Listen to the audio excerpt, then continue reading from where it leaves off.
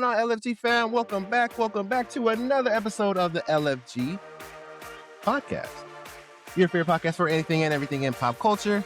As always, it's your favorite three, Jet, J-Mag, and Cody, back with another banger this week. LFG fam, we got a lot to get into. X97, Silo, House of the Dragon. Our long-awaited review of Avatar, Aang, The Last Airbender. Yeah, that's the title. There we go. Along with the movie of the week, Spider-Man Brand New Day. We've been prepping you guys all month about this, and it is finally here. So we're going to give you our review along with Cody. And yeah, I think that's it. That was a lot. LFG news, as always, in the back half. But first, we're going to take a look at the worldwide box office and how it stands. And ladies and gentlemen, Spider-Man has made a grand entrance. Still Sunday, by the way. It is still Sunday. The number will change, obviously, slightly, but Spider-Man Brand New Day debuted with a whopping $355. What I told y'all. Domestic. Niggas doubted me. And then he tried to pull the prices right and do $10K under me. It was 20 million. I said 280. Yeah, Unless you're and talking about him. I started with 300 and y'all was looking at me sideways. He cleared that. Enough said. And worldwide, it is already at 927. That's nuts. That is nuts. This should be $1 billion tomorrow. Like, it really should be $1 billion tomorrow. The domestic, though, that's taking into account everything, right? Wednesday, Thursday, Friday, Saturday, right? Well, I've never looked into that because I thought we had a conversation about that before, and they said it didn't because it should towards the weekend box office. But this number, I think, is counting towards that, right? This is like the overall number, not a weekend box office number, unless I'm mistaken by that. Well, is the box office a specific date, or is it just when it starts or when it opens? Because opening weekend should be Friday, Saturday, Sunday numbers. But is that box office? See, that's what I'm saying. I think this is box office. This is total box office, domestically. I think. Like I said, I could be wrong. I don't know. Plus, it had the Wednesday showing. Yeah, it had the Wednesday showing, which we know was huge. That was almost 100 mil by itself. The Friday one, and obviously all the days, but the Friday one was crazy too. Yeah. I mean, yeah, obviously, look at the number. Fuck yeah, it's insane. But if it's weekend box office, I don't think it's 355.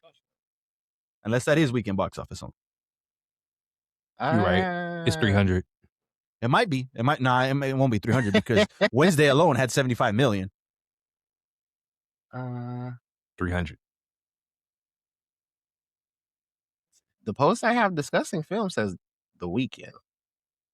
And is that number still? Yeah. 355. They put out two different posts.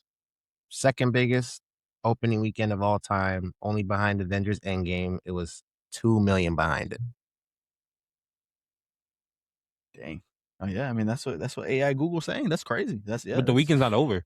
Yeah, and the weekend's still not over. I'm telling you, that should go up still. Unless this is projected already and it's not the official number. I know they have a projection sometime and not the official. Yeah, it'll go up or down slightly. The number's not going to change crazy. Okay. All right. No, that's insane. What was Endgame? Because that was the number one. What was it? Do you remember? I said it last weekend.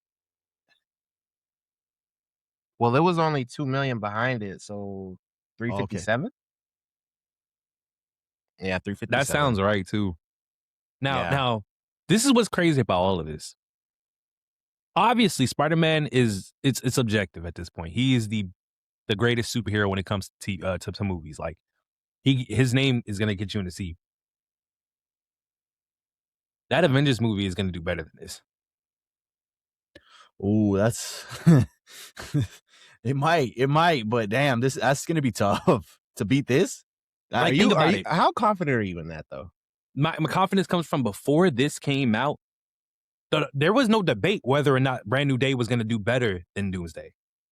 Now it's not speculation, but now it's debate. Like, it couldn't. Before this, no doubt Doomsday was going to do better than Spider-Man. Yeah, overall for sure. And I think that comes from not knowing what the hype level for Spider-Man was.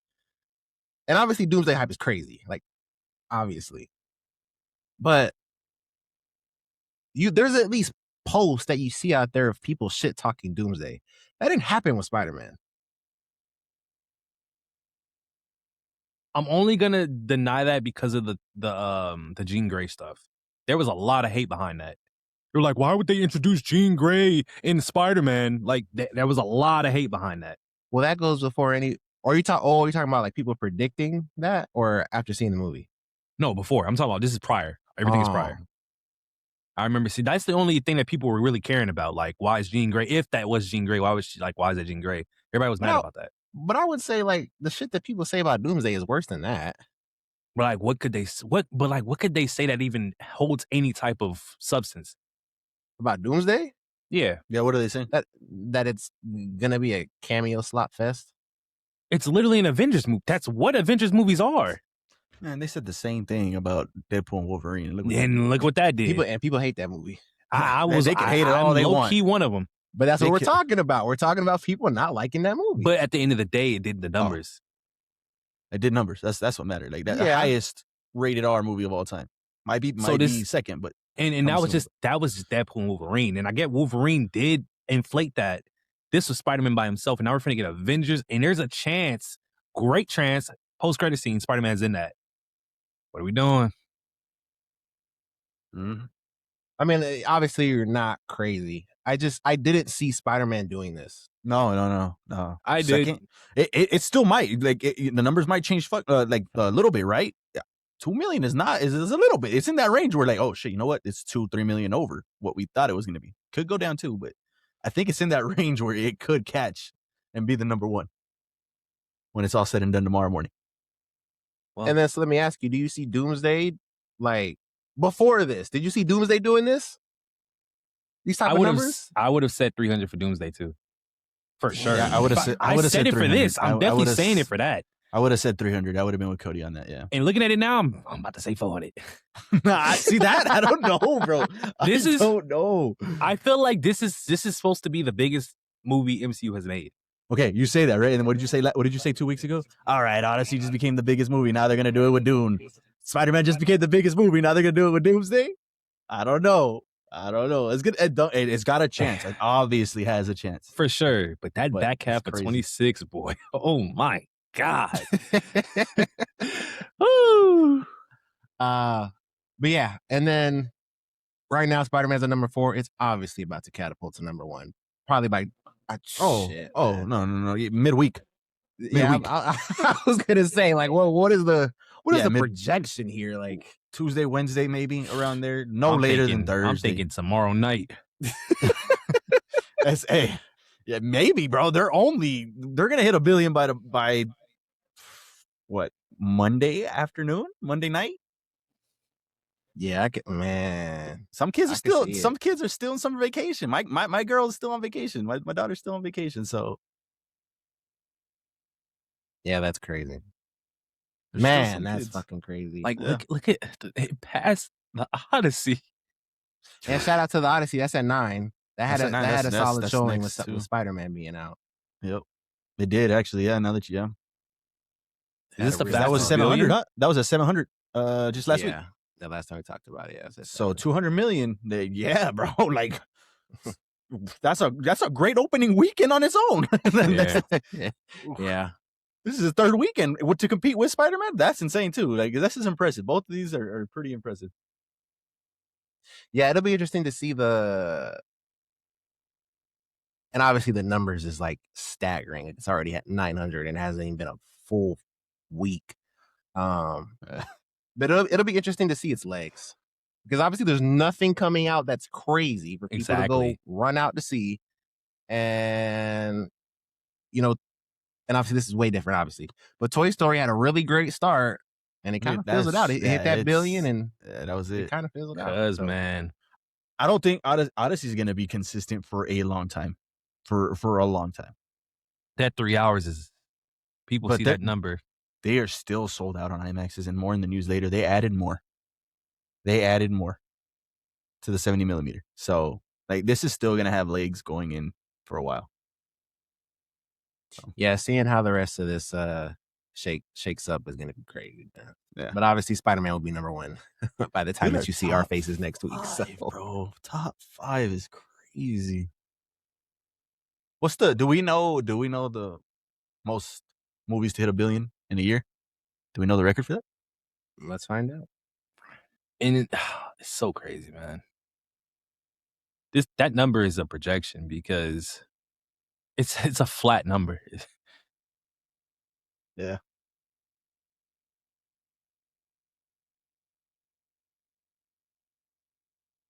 $2019 at 9. Oh shit. 2019. Endgame, The Lion King, Frozen 2, Far From Home, Captain Marvel, Toy Story 4, Joker, Aladdin, and Rise of Skywalker. Damn, all we got left is Dune and Avengers.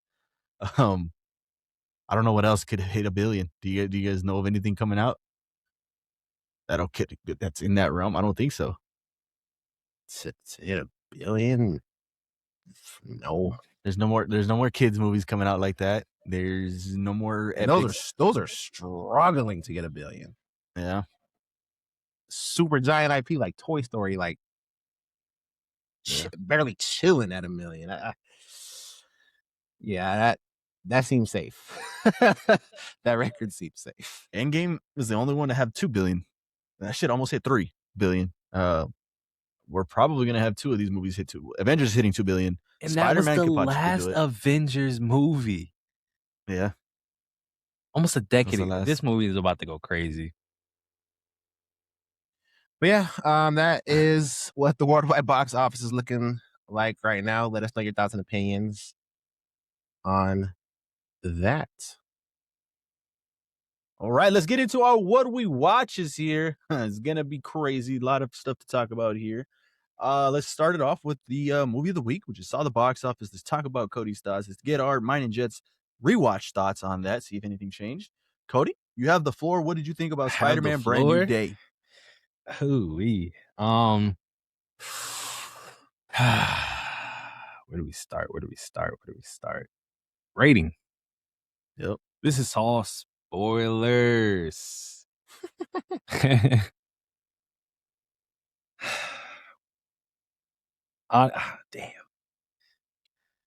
Justin said this was movie of the year right now.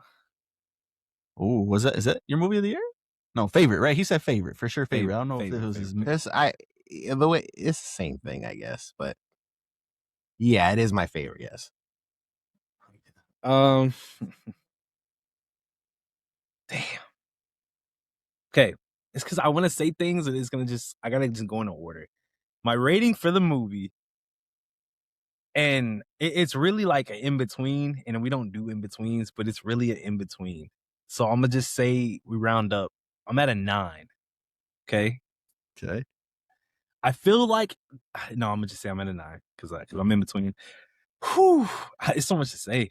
It's so much to say. Obviously a 9, so that means I really enjoyed the movie. I loved basically everything about the movie. I really did, from the acting to the plot. Which the plot wasn't it's not crazy. It's really not. Crazy plot. But it's just the part of the plot that revolves around Peter and his arc is what's important from the movie, obviously. So that was beautifully done.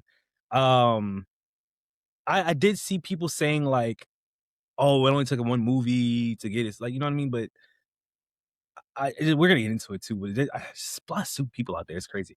The pacing was amazing, like in terms of how all of that came to be. Just us seeing the Spider-Man, because this is a time skip. So we're seeing what Spider-Man was going through by himself, seeing what he had to deal with, seeing that the city loves him, seeing that he's stepped into that neighborhood Spider-Man role. It was refreshing and fun to watch at the same time. It's just, man, it's such a good watch. It's insane. The only reason I'm at a 9 and not a 10 is just I guess it would have to be the fact that the core plot of the story wasn't as good as it could have been. And that's not really a bad thing because it wasn't bad. It just wasn't like a standout for me. So I just but everything else was amazing. Because we're going to have to get into it, that's why, but I just didn't know where to go from there. So that's just like, I guess that's where I'm starting. Jed, did you reach your rewatch change anything for you? It didn't change anything for me. I just enjoyed it the same.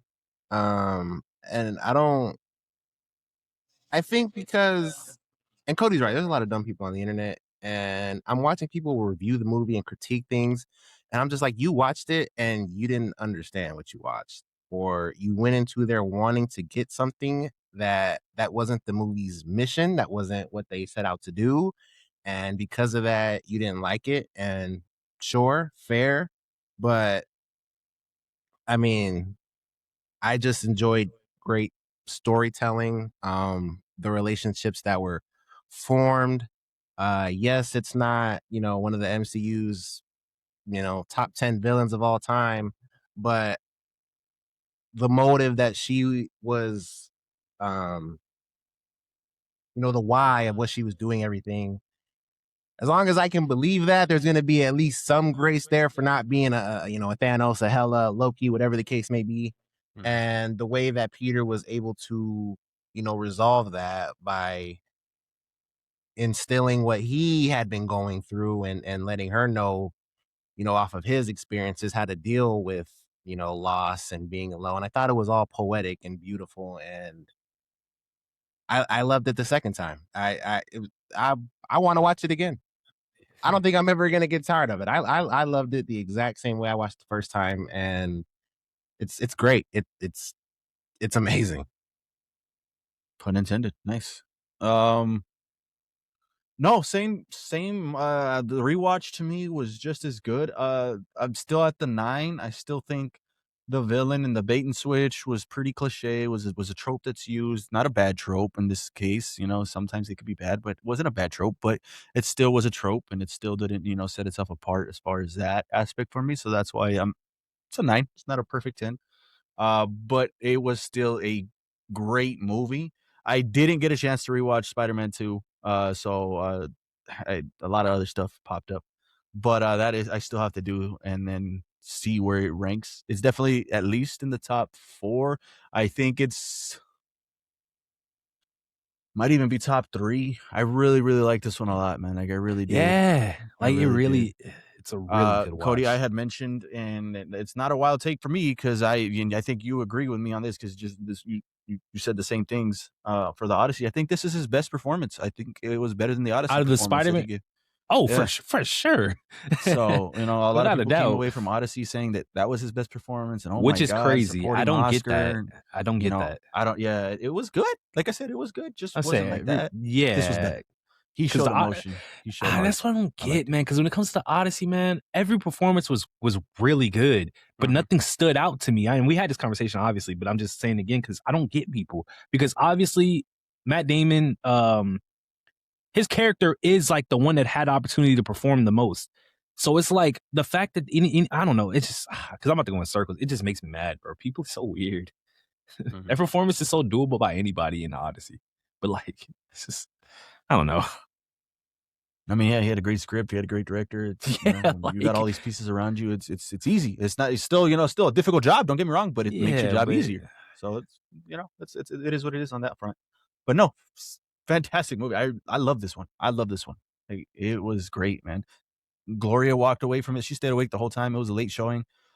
She works all day and stuff, so she stayed awake for the whole movie and was engaged with it the whole time. She said she absolutely loved it. So yeah. Like, this is a fantastic movie to go watch. So, what was your favorite scene in the movie, Cody? Would you? There's so many good scenes. I know that feeling because he asked me the same shit and my brain will. There's too many, man. There's too many, man. I don't know. Mine was a rooftop scene with MJ. Like I when he first saved her. Oh, you talking about the fake out? The fake out. Like, Oh that was my insane. God. I love that scene. I love that. We got the Listen, bro. Spider-Man kiss in that one, obviously with the mask and everything. That's iconic. You got to do that. And then you got the save with MJ. And then on top of all that, even before you get to that stuff, it's the bait and switch with like, it's Gene. It's Gene. I promise you, bro. Well, obviously, I didn't see that coming. But somebody pointed out that if you paid attention, you could have known it wasn't MJ because when they were swinging, she wasn't screaming. And I was like, how did I not realize that? Like, it was when he was swinging, she wasn't screaming. She wasn't screaming, but she's like, I'm gonna fall. I feel like I'm gonna fall. You got me? And he was like, I got you. You're okay. You're okay. She wasn't screaming though. I'll say that, but it did have a but because they've had because I'm saying because in the old Spider-Man movies, like every time they swung together, she always panicked. And it's like if you would have just caught on. She didn't scream when he took her home. Well, I feel like that was different. How's that different? Because she was just basically falling to her death. She probably just overcame that fear, for being honest. She woke up falling to her death. Like, that's just how my take on it was. And then they just had an awkward conversation where she had to basically tell somebody that I'm not the person you love. Like, it's just, I don't know. It's just a lot of things that adds to that motion or the emotion that she's going through that she can't even really react to the fact that she's swinging through the air. Like, I doubt it's even in her head right now, but that's just how I saw that. But that rooftop scene, boy. Yeah, that was she fire. said what she said. She said, "Hold her, Peter." What? Oh, it was so crazy. Yeah, hold her, Peter. You've been wanting this or something like that. You've been waiting for this. That was insane. Like, I had no clue. I was like, "Oh shit, she remembers." Oh my god. Jet mentioned this already too, but on the second viewing, it's like I was looking at the scene with Ned and things like that, even throughout the entire movie, and it's like I really didn't pay attention or even care, I guess, about the friendship between Ned and Peter. It was cool, it was fine, but like just seeing them have that moment at the end of the movie. And then I was like, damn, that was actually pretty good. That was actually pretty cool. For some reason, this movie maybe just like that. That shit got me bad. That shit got me too, man. Like that first showing, Cody, like I wanted some emotion. And I was feeling like good stuff when I saw Peter and Zendaya and the way that the movie was playing out. But I never really felt like emotion. And I talk about it all the time, watching movies nowadays, like certain stuff that wouldn't have got me 5 years ago gets me crazy now. That scene with him and Ned, boy, when it finished, I started bawling. Like, I was like, bro, everything that Peter has gone through from this moment to leading up to this moment, and then finally having that, that shit tore me the fuck up. Oh yeah, that scene was good, man. That was crazy. The buildup is really like it's slept on because at the end of the day, we focus on MJ and Peter, but the Ned and Peter, man, it still is strong. And he's been gone for years, man. Hearing Peter say, hearing this man say, I haven't had this much fun in years. Oh my! I was like yeah, that whole scene was that's another great scene. Just him in the apartment hanging out with him. I love that scene too. That was so good. That was awesome. Man. That was awesome. But and then obviously like people are so stupid. They were like, how does a handshake let Ned remember it's Peter? She literally told him that his name was Peter like not even 30 minutes ago. What do we like? I don't know, bro. He said Peter. He said Peter. So he said Peter. Yeah, right. Like type shit. Yeah, he remembered it like because oh man, but I don't know. But I'm still thinking about my favorite scene. I don't know. It's all good, man. A scene I wanted, like it was a great scene, and I wanted more from Cody. I think you would agree, hopefully, just because of the Daredevil Punisher scene. When they had that. They had the potential to do that here with Punisher and Spider-Man, and I just wanted him to keep going and hammer it home just a little bit more because that had some potential. Like you think this is a lifestyle? Like yep. This is an exile. This is an exile. I think I don't remember what word, but he said something to that effect. Yeah, I really wanted. Oh my god! Oh, take it home, and they kind of stopped. But no, it was a good scene. Oh man, I have to say, as much as I love Peter's performance, man. Punisher, man. Yeah. Hey. Yep. I don't like. I truly like. I love the hell out of Punisher. John Bernthal, man. We spoke about it like just coming off of One Last Kill, right? I think it was what the name of that one was, and it's going to be toned down, obviously, and it was, but did it work so well still? Yeah. And it was just like another side of John Bernthal's Punisher that just worked, and it was really good. I really liked it a lot. Like I really liked it a lot, and he was in the movie a lot more than I thought he was going to be. So yeah. it was cool. It's just, it was so great to see him, like, because I guess he just sees Peter as his, like, one of his kids, man. Like, it's just a son to him. So it's like the interactions were perfect, man. Like, oh my God, there's so much good in this movie. I gotta rewatch it. So Jean Grey. Yeah, She is Jean Grey. Jean Grey. That is Jean Grey. Is it kind of wild seeing like a very young version of her right now, and then seeing what you're seeing in X-Men 97? Honestly, at first, I was gonna say yeah, but not really. Because I feel like, again, the X-Men 97, and they say it a lot, they're in the 90s. This is a different, like, universe. Obviously, I can separate universes, but, like, I don't picture our new X-Men being, like, older, like, in their mid to late 30s. I see them being in their mid to, like, late 20s, maybe. And Jean Grey could fit in that mold, because she's, like, around the same age as Peter now, so she should be, like, 20-something. So that's just how I see it. And it's not a bad fit. We just got to see who our X-Men are at that point. And I feel like she would fit in, especially when you're trying to, as the MCU, they're growing the multiverse or the universe some more. We're starting with a fresh cast. You want them to be young. So it works for me because I can see both of the genes and it works out. So. Speaking of her, she had a great scene too with Marissa Tomei, Aunt May. Like that was a great scene too. I know. Yeah.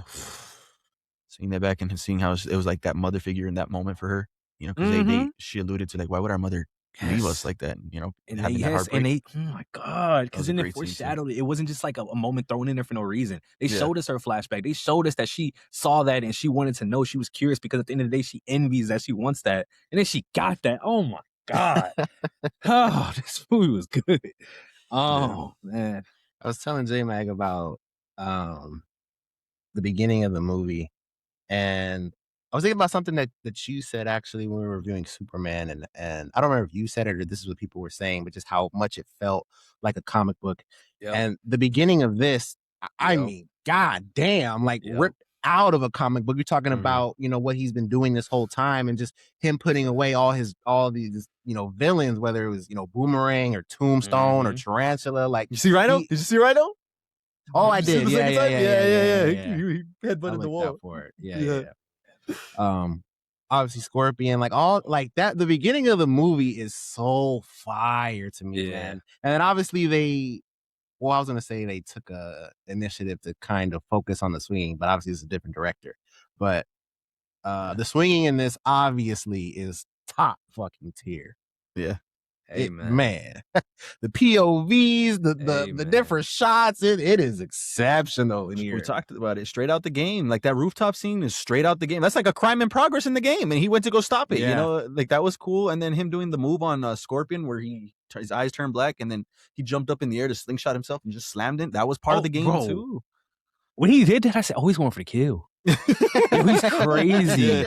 Like he went up with all his force, and he bro, oh my, that was like crazy. 100% Spider-Man. Like that wasn't like holding back.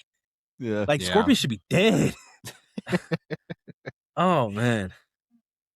And I was telling J-Mag, at this point, you know, with Destin doing this, Shang-Chi, he's obviously coming back for Shang-Chi 2. I have no doubts that's going to be fucking awesome. He's going to make this Naruto movie. If he makes this fucking Naruto movie and that shit is a banger, I already think Disney has to give this nigga the keys to the kingdom. But he does that and just proves like it doesn't matter what I get. Like if it's some action shit, I can give you a great story, amazing set pieces, a world that you can fall in love with. I hope they don't do another Spider-Man movie with Tom Holland without Destin. Yeah. Because this is the best one. I know people love No Way Home, but No Way Home was a fucking gimmick. And it worked. It was great. But like original story? Come on, bro. Man. Tom ain't had it this good. And it's so crazy too because We knew the Hulk was gonna be in here, and for as little of screen time we had the Hulk, I think it was really, really good. Like I feel like Yeah. it was like obviously we could have had more, possibly more of an interaction, but for what we got, man, it's been a decade. It's been a decade since we seen that man come out. Yeah. Yeah, that was awesome. And you know, it's Mark Ruffalo, and he kind of, I don't know if Disney really likes working with him because he's very outspoken. So I don't know what's gonna happen with that character. I really don't. You know, he's headed to the hospital right now, and He's in a psych ward, right? He's in a going psych to a ward. psych ward. Yeah, he's in a there psych you ward. go. Yeah, they cooked him. And you know, obviously that looks like a way for them to not put him in Doomsday. So I don't know, but yeah, this was awesome to see the big green guy like this again. That was awesome. Any nitpicks, negatives? I think I had one. I'm trying to remember it. It's nothing crazy. It's probably something stupid too. Why can't I remember it? I had one with Jean Grey's powers. Uh-huh. And the first time we see her use her powers, she's jumping, right? And everybody's doing this, everybody's doing that. But when we have I think it's the second interaction on the street, right? When you know, she's in the apartment building. She starts doing the same thing, and people are walking by, and they just kind of just walk by, chill. No little flinging, no nothing like that. And then the chase happens, and then it's back to the flinging, and it's back to, I was like, what happened? Like, that was a little weird nitpick, like I said, but I did notice that.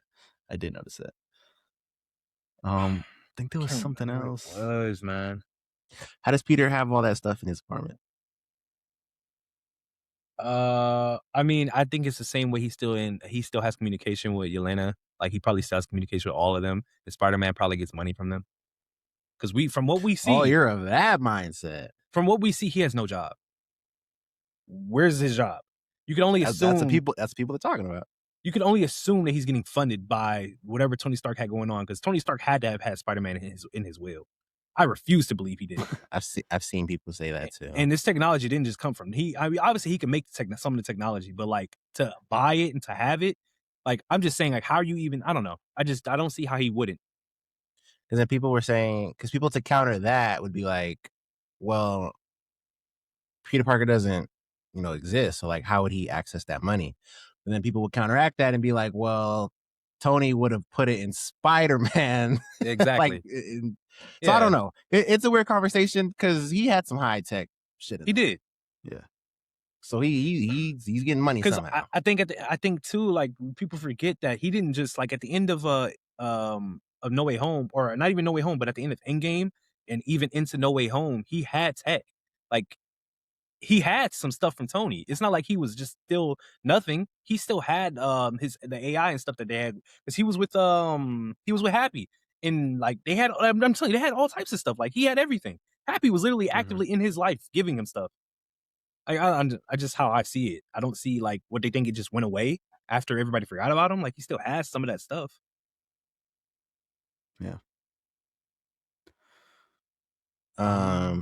What else? I'm trying to think, man. Did the end credit scene piss you off? Yes and no. Because obviously when I see an end credit scene from MCU, I expect the end credit scene where I'm like, damn. But I didn't get that. All I got was basically letting me know he's gonna be back, obviously, but we gotta decipher what we saw. That's the mindset I was of. Somebody sent a TikTok, and I don't remember who it was. We get sent TikToks all the time of the interview with Garfield. And could it be another Spider-Man? I'm of the mindset that Toby's in Doomsday. That's what I'm saying. I like that it's a different Spider-Man. That could work, because that makes sense. Another Earth, just we're incursion. It makes sense. I like that. That's a great theory for it. It's just at the end of the day, it was a weak post-credit scene at the end of the day. But yeah, I could see that. I could definitely see that. Because it's like, I think it sets up in my watching it, like this is just how I was thinking. Is without looking anything up. I just assumed that they were saying, okay, because we didn't say he's not in Doomsday, because obviously we don't know all the locations that Doomsday is taking place. But because we didn't say Spider-Man's returning in Doomsday, I think that's setting up him being in Secret Wars, and because it's in space, that's in Battle World. I could definitely see that point too, for sure. Because we've had future post-credit scenes where it's in the next movie isn't about it. So yeah.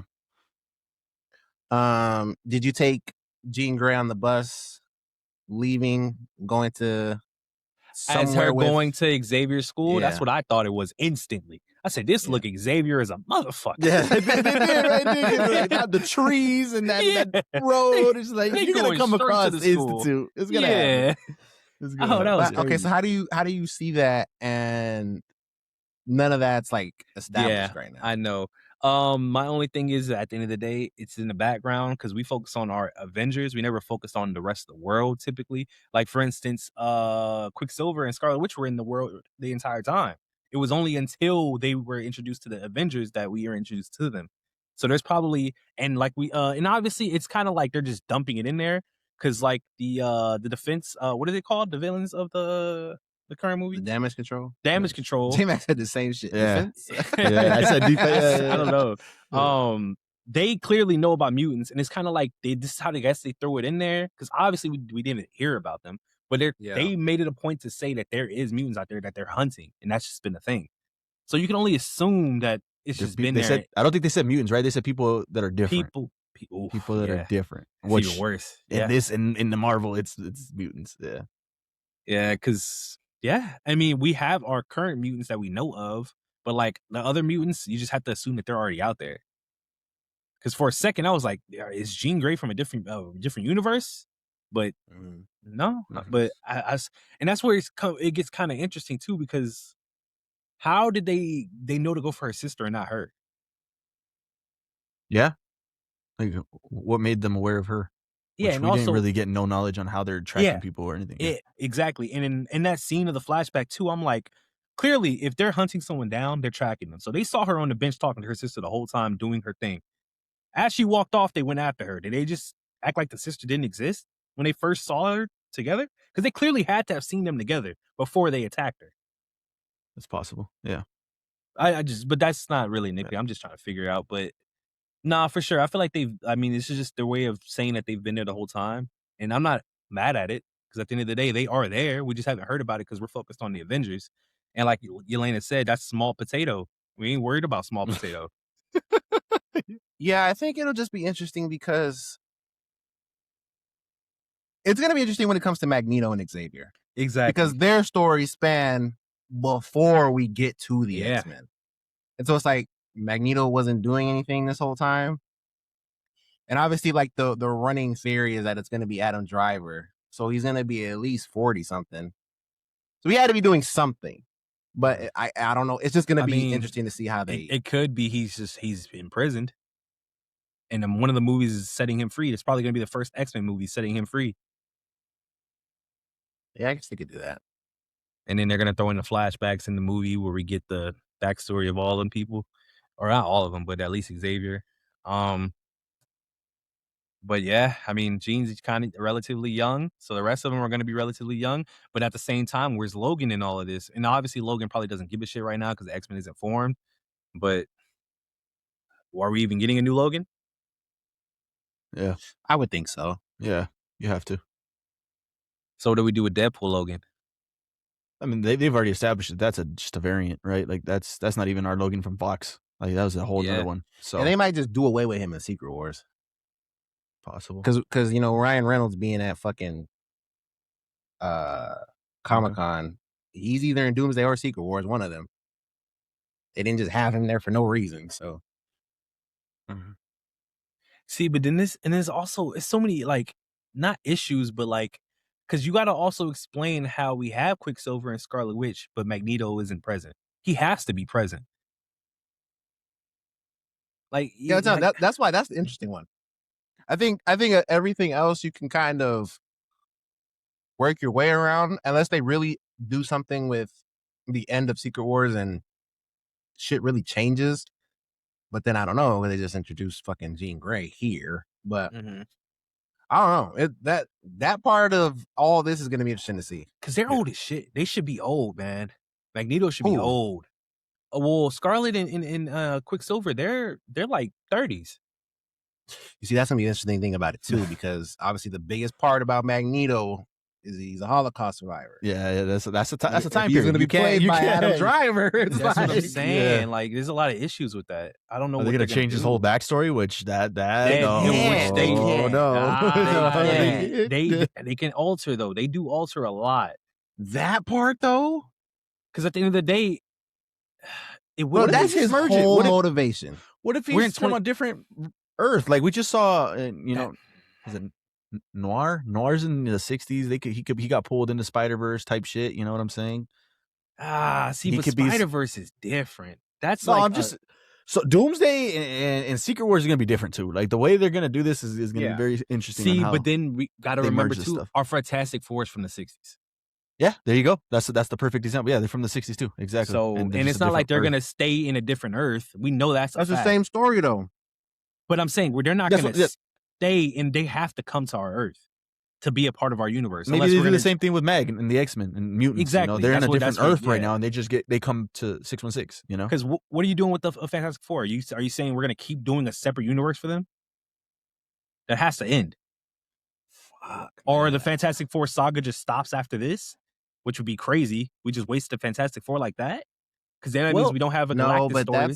that's also why I think some people had an issue with some of those Fantastic Four castings, because it's like Now them what? dudes are kind of old. Yeah. Yeah, and in their movie, they had their time. It's like Spider-Man. They had at the beginning, we saw them fighting their crime.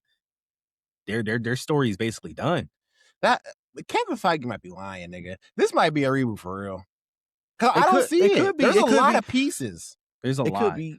I'm thinking, and I said this on Jet's TikTok Live. I think this is Doomsday. I don't think we're getting another Doom. I know we want another Doom, and this isn't our real Doom. I think he's getting his 2-movie arc, and we're on to X-Men. We're on to that whole saga now. We're done with Doom, and he got his 2 movies, and that's it. And that could possibly be the same thing for Fantastic Four, given that what we know in this trailer that they showed at Comic-Con, he's linked to Mr. Fantastic and all of that. They could very well be on their way out after this 2-movie saga, and then we just get a new Fantastic Four, just like we're doing with the X-Men.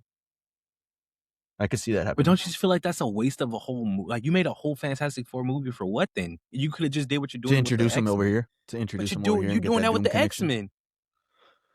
You're But literally see, doing that. The new X-Men though is not going to be over here though. It's not going to be in as far as we know. It's not going to be in Doomsday. It's not going to be in Secret Wars. Our new X-Men. Yeah. The Fox X-Men are, but they're on Sadie their way Sink out is. too. Sadie Sink is. Yeah, that's Obviously, true. it's not going to be an X-Men, but Yeah. But I like I said, I very well see these guys just having their 2-movie run with Doom, and then that's it. We're done with them. Let's cast new Fantastic Four. If they even want to do Fantastic Four right now, maybe they just want to do X-Men for a bit. It's a lot, man. It is a lot, and we're in for a ride. So buckle up. buckle up, man, because it's gonna be crazy. Staten Island, man. Staten That was the best bit in the whole movie. What'd you think of Tramel? Going back to the movie. I'm sorry that was a whole tangent on future of the MCU, but hey, it's all connected. What'd you think of Tramel Tillman? Cody? Hell yeah, man. Hey, I will say I need to see because Top Gun Maverick, that was a short little role, but I need to see a different role. I feel like that's Mission a back Impossible. to. Oh, it was Mission Impossible. You're right. Mission Impossible. It was a little short little role. He was a captain, but I feel like this role was very similar to his character in Severance, and it's not really. I'm not saying he did bad. I loved his character. It's just we giving him roles. I love that. I want to see him star in something now. I want to see him take that step. Let's give him the reins. Let's give him something, man. I think he's got a movie coming up, right? He's got something else. Yes, it's in the news. Okay, perfect. There you go. Well, then stay tuned for that. Cause he's great, man. He really is. He really he has the face of a nice guy, but he can play Oh yeah, a deceiver. there's something else great. behind that smile. Yeah, that shit's awesome, man. Yeah, it's pretty cool. It's pretty cool. All right. Anything else? Our captain, old girl from the Bear. Yeah, I spoke on Eliza. No, not Eliza. Lizzie. Liza. Liza. I loved her character. The Wolf. Like I told Jet, I'm gonna remember her name obviously because it's the Wolf. I loved her character. She was like the Commissioner Gordon. I said to Yep. Spider-Man, and I liked it. It was pretty cool. That's pretty cool. I'm trying to think because I know there's so much in this movie, man. What'd you think about the fake out potential? I guess fake out of Spidey getting shot in the bag with a 50 cal.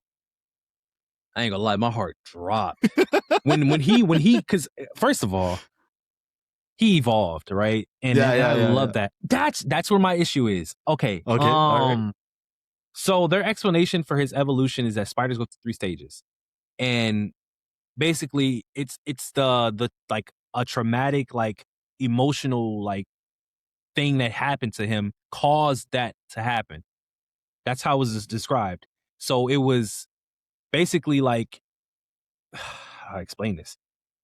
The way they explain in the movie, right? How he's like, why he's changing is because of the fact that like he's basically emotionally unstable, and like it's spiking his DNA, and it's just like he's mutating in a way, like so like yeah. My issue comes because I'm trying to say I'm forgetting how they exactly said it, but the point is that should have happened after Aunt May died. Or the only thing that I would let slide is they say because Aunt May died, it started to happen. But it's been 5 years, you said. Yeah, I think it's been 5 years. So we don't know exactly how long that's been going on, because at the beginning, near the beginning of the movie, you know, DeWolf is on the phone with him saying, "You still getting those headaches?" Yeah, but I'll be all right. So this has already been a thing where he's had these headaches even before we got to the movie with him. We don't know how long. But and then that makes you think. So then is it because of the spell that made everybody forget him? That's what I was thinking too, because Jean has a line in the movie when she's on the phone. Oh, you try to erase yourself or something like that, and no wonder the spider's trying to consume the man or something like that, right? She says something like that. So I think that in combination with the loss, the kiss, you know, with MJ and her boyfriend and things like that. Yeah, for sure. But yeah, it's just I just felt like when it was explaining it and they said emotion, and I was like, Aunt May was literally all he had. When she died, he should have went off and what he did, like he had a like, you know, a moment of where he was trying to kill Green Goblin, but that wasn't the same thing.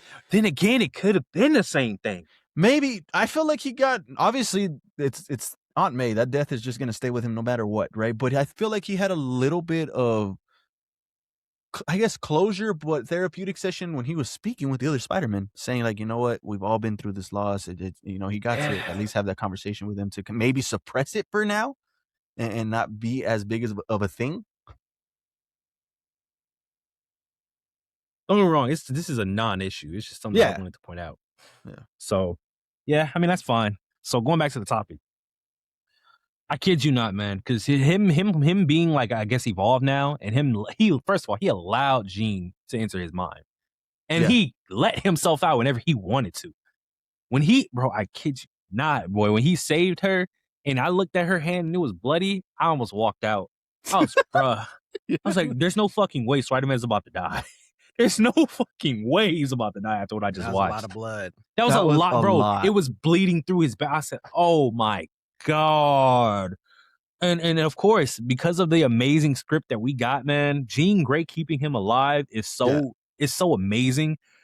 Like, yeah, that's probably my favorite scene. Throughout the entire night, she kept him alive. If you guys noticed that, she's on the bench, put it up, and then she wakes up and she's like, all right, he's cool. Let him go. Yeah, and everything with John Bernthal. Oh my God, that's bro. His face, bro, because he looked. Oh my God, I'm telling you, because he thought he was his son. He looks at him like a son, man. He almost killed it. Oh my God, that's so legit, bro. That line of like, hey man, I've seen some heroic stuff in my day. That was something else. Yeah, like whoo. And to top it off, man, Peter, like he's so like mature and developed now. Like we have a great Spider-Man. That man wasn't worried about nothing else. He was ready to go. He said, "Just get out of here. They're gonna come after you." He ain't worried about nobody but her. I gotta watch it again. That scene was it's just as good. I told J-Mag, you know, we've talked about the Spider-Man a lot and all these movies, and I just like, obviously I love Spider-Man. Who the fuck doesn't, right? Yeah, but I've never been like this attached to it because of a movie. Like Brand New Day has done so much for Tom. I told J-Mac, bro, he's my Spider-Man. He's my number one. It took one movie for me. I'm not mad at that because that movie, man, it was enough. At the end of the day, we had mind you, he was in a suit for like 90% of the movie.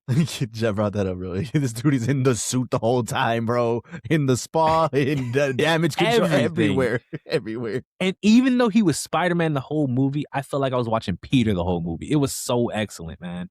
Because it's so like, man, he's so good. Oh, are you Spider-Man or oh my God, I'm both. I'm both and locked in. Yeah. And locked in. That fight scene, even before the tornado, like in the jail cell, was fantastic. If you go back and watch that shit, bro, the coordination between all the ninjas and like, was amazing. That was amazing. It was a great fight scene. That was when they took out his web shooters, I said, "Oh, I know what's gonna happen. It's gonna be crazy." It was so good, man.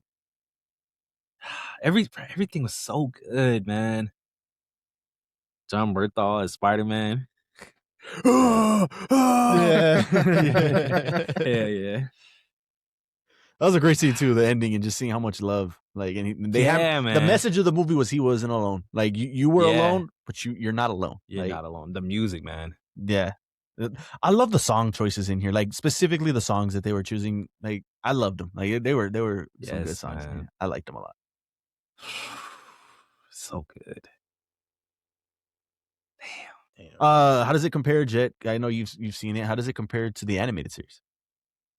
Obviously, that's totally different. But like the animated series for me is one of the best Spider-Man projects I've ever seen. Like the 90 series is incredible. I mean, yeah, that's better. Okay, that's better. Yeah, that's tough. Yeah, that's just tough. That's the gold standard. Okay, yeah. He comes out with another movie. Does it again? Yeah, and we know he is. Yeah. And they can just and I was telling J-Mac too, Brand New Day is so fitting. Because this feels like the beginning. Yeah. It's his 4th movie in, but this really feels like, okay, Spider-Man is here. He is the guy and he is here. And, his next movie, I don't know what they're gonna do, but they got so many choices. It is awesome. Symbiote is still there. The symbiote, bro. They can tackle the symbiote, which should happen in Secret Wars. They can tackle that. They can finally give a go at Miles, start that, because by the time that they start this, Beyond will be over. We don't know exactly how that works, but you think he gets his own Green Goblin? He has to. He has to keep. We haven't had Oscorp. We haven't had Osborn yet. Yeah, but we haven't seen him actually go through college yet, or anything. Like, you know what I'm saying? Like, we haven't actually seen him in life now. We've only seen him as Spider-Man. Yeah. And the dynamic can still work of them not being like best friends, how like, Toby and Andrew were, because we just saw in Friendly Neighborhood, like he met Harry way later on. Yeah. And they just formed a friendship, and obviously, Norman has to, man. That's a staple for Spider-Man. You can't just not include this. And that's coming out this year too. That's coming out too. Spider-Man is yeah. Jeez. Damn. See, because my only thing too is that like the way that they did Spider-Man, where he's already been introduced to the villains that he assumed to fight, if they were to show them back up like Doc Ock and Green Goblin, Sandman, like how would those interactions work? Like, will we get a full movie about that villain? We probably wouldn't, because it wouldn't make sense. No, I think they can do Green Goblin, but I don't think they really want to touch Toby or Andrew's villains too much. No. Like obviously the mainstays, like yeah. But I think the way that the MCU is kind of doing this, I would think they go deep in the bag. And maybe pull out a new villain from, the comics. Spider-Man's comics are still going. Maybe they just do something new. Because we haven't seen Scorpion on screen, right? This is the first Scorpion live action, which was cool. So yeah, I'm pretty sure they would have been in Andrews, but I don't. Because like I said, he's already seen Lizard 2. He's already seen Electro. It's like redoing them wouldn't really fit because he's already done that. So it's gonna be like an easy one and done. Like, it needs to start with new people. Black Cat. I'm still waiting for Felicia. They want to do that storyline. Hell yeah. I was hoping for her to be in here, way back when we were talking about this. See, and it's possible now because MJ isn't, obviously she has feelings for him now, but I think they're back. I think they're back in the next movie. See, no, I don't. You don't think so? Because I think at the end of the day, they still have to build that relationship, which she's already there. Just they're not gonna get there, and they're gonna use Black Cat to get in between them, and then they're gonna get together. Ned's memory should be back. What's to stop them? You don't think Ned's memory is back? No, that's what I'm saying. That wasn't his memory coming back. She told him that his name was Peter, and then he connected the dots. The handshake was because Peter's gonna tell him everything, but he doesn't remember it still. That handshake was muscle memory, and then he was like, "Oh yeah, Peter. She just told me your name was Peter." I didn't. That's take all it like that that was. at all. I didn't take it as memory. I didn't because if it was memory, that doesn't make sense. To me, I took it as memory. Like it's back. Like they wouldn't just cut to black if it was just like, "Oh yeah, hey, you Peter from the park." No, because I think a lot of people forget too. It's not just MJ who's the focus of remembering Peter. Ned was a big part of that. Right. So right. That ending on Ned and him becoming friends again is probably like a great ending for it, because we obviously knew MJ was never going to be, in this movie at least, was never going to get back with him. But both of them together had to like know him. And now Ned, because he never told Ned. He wasn't going to tell Ned. And now he told Ned. He was contemplating. He walked in there. He was about to walk out. And he said, "No, I'm going to do it." Yeah. And he did it. I still think his memory's back. Like that, to me, that doesn't make any sense. That doesn't make any sense. Because at the end of the day, the spell, it's not breaking. You got to break the spell for that to happen. The memories are gone. I don't know. Unless he because they don't even know if Jean Grey could even like unlock those memories. Because I'm sure she can. I'm sure she can too. But when she was in MJ, she said she doesn't have a thought about you. Yeah, there's nothing. I said, "Fuck." Oh my God. Because even MJ said it like, I don't know who you are. I don't love you. Oh my God. When he came back down to see her, she was reading the note. Oh man. That man said, she said, "You didn't want me to see that? Or did you wanted me to see that?" No, he didn't even say no. He was just shaking his head. It's too good, man. It's too good. Oh yeah, fantastic movie. See if Cody gets his rewatch. Anything else before we move on? Evie. What does that stand for? What was that? His AI. Oh, I don't know. You thought that was something? Nah, but it just, what is it? I just took it as AI. I mean, Jarvis, but Evie. I don't know. Like, obviously, Jarvis did have some meaning because that was a real dude back in the day. But I don't know. I just took it as just Evie. Hell, even Ironheart got her sister or her best friend, one of the two, whatever it was. Yeah. Damn, we're never gonna see Ironheart again. Yeah. Man. Yeah. That's crazy. Damn. All right, there you go. We spent a whole nother just about an hour on spoiler talk. Both reviews. Yeah, both reviews, man. So those were our thoughts. Man. Again, Cody's first thoughts, our rewatch thoughts on Spider-Man Brand New Day. You saw it in the box office. This is probably at 1 billion by the time you're watching this, unless Cody and this Jet wants to make a TikTok of it, then it's really close. But no, that's our thoughts, our reviews on Spider-Man Brand New Day. Let us know if you guys enjoyed the movie, you've seen the movie. Drop all those thoughts down in the comments below. Moving on to the next show here. Actually, before we get to that, let's get to the movie. We're on the movies. Let's get to the next movie here. Avatar Aang, The Last Airbender. Jet kind of gave his thoughts a little bit on this back in the day, so we'll get a refresher from him in just a second. I will lead us off. You guys got Jet thought. I'm going to go with mine. I thought I was going to be in the minority on this. Just remember being all the hate, and this was bad, and even some of Jet's thoughts were like, eh. I love this movie.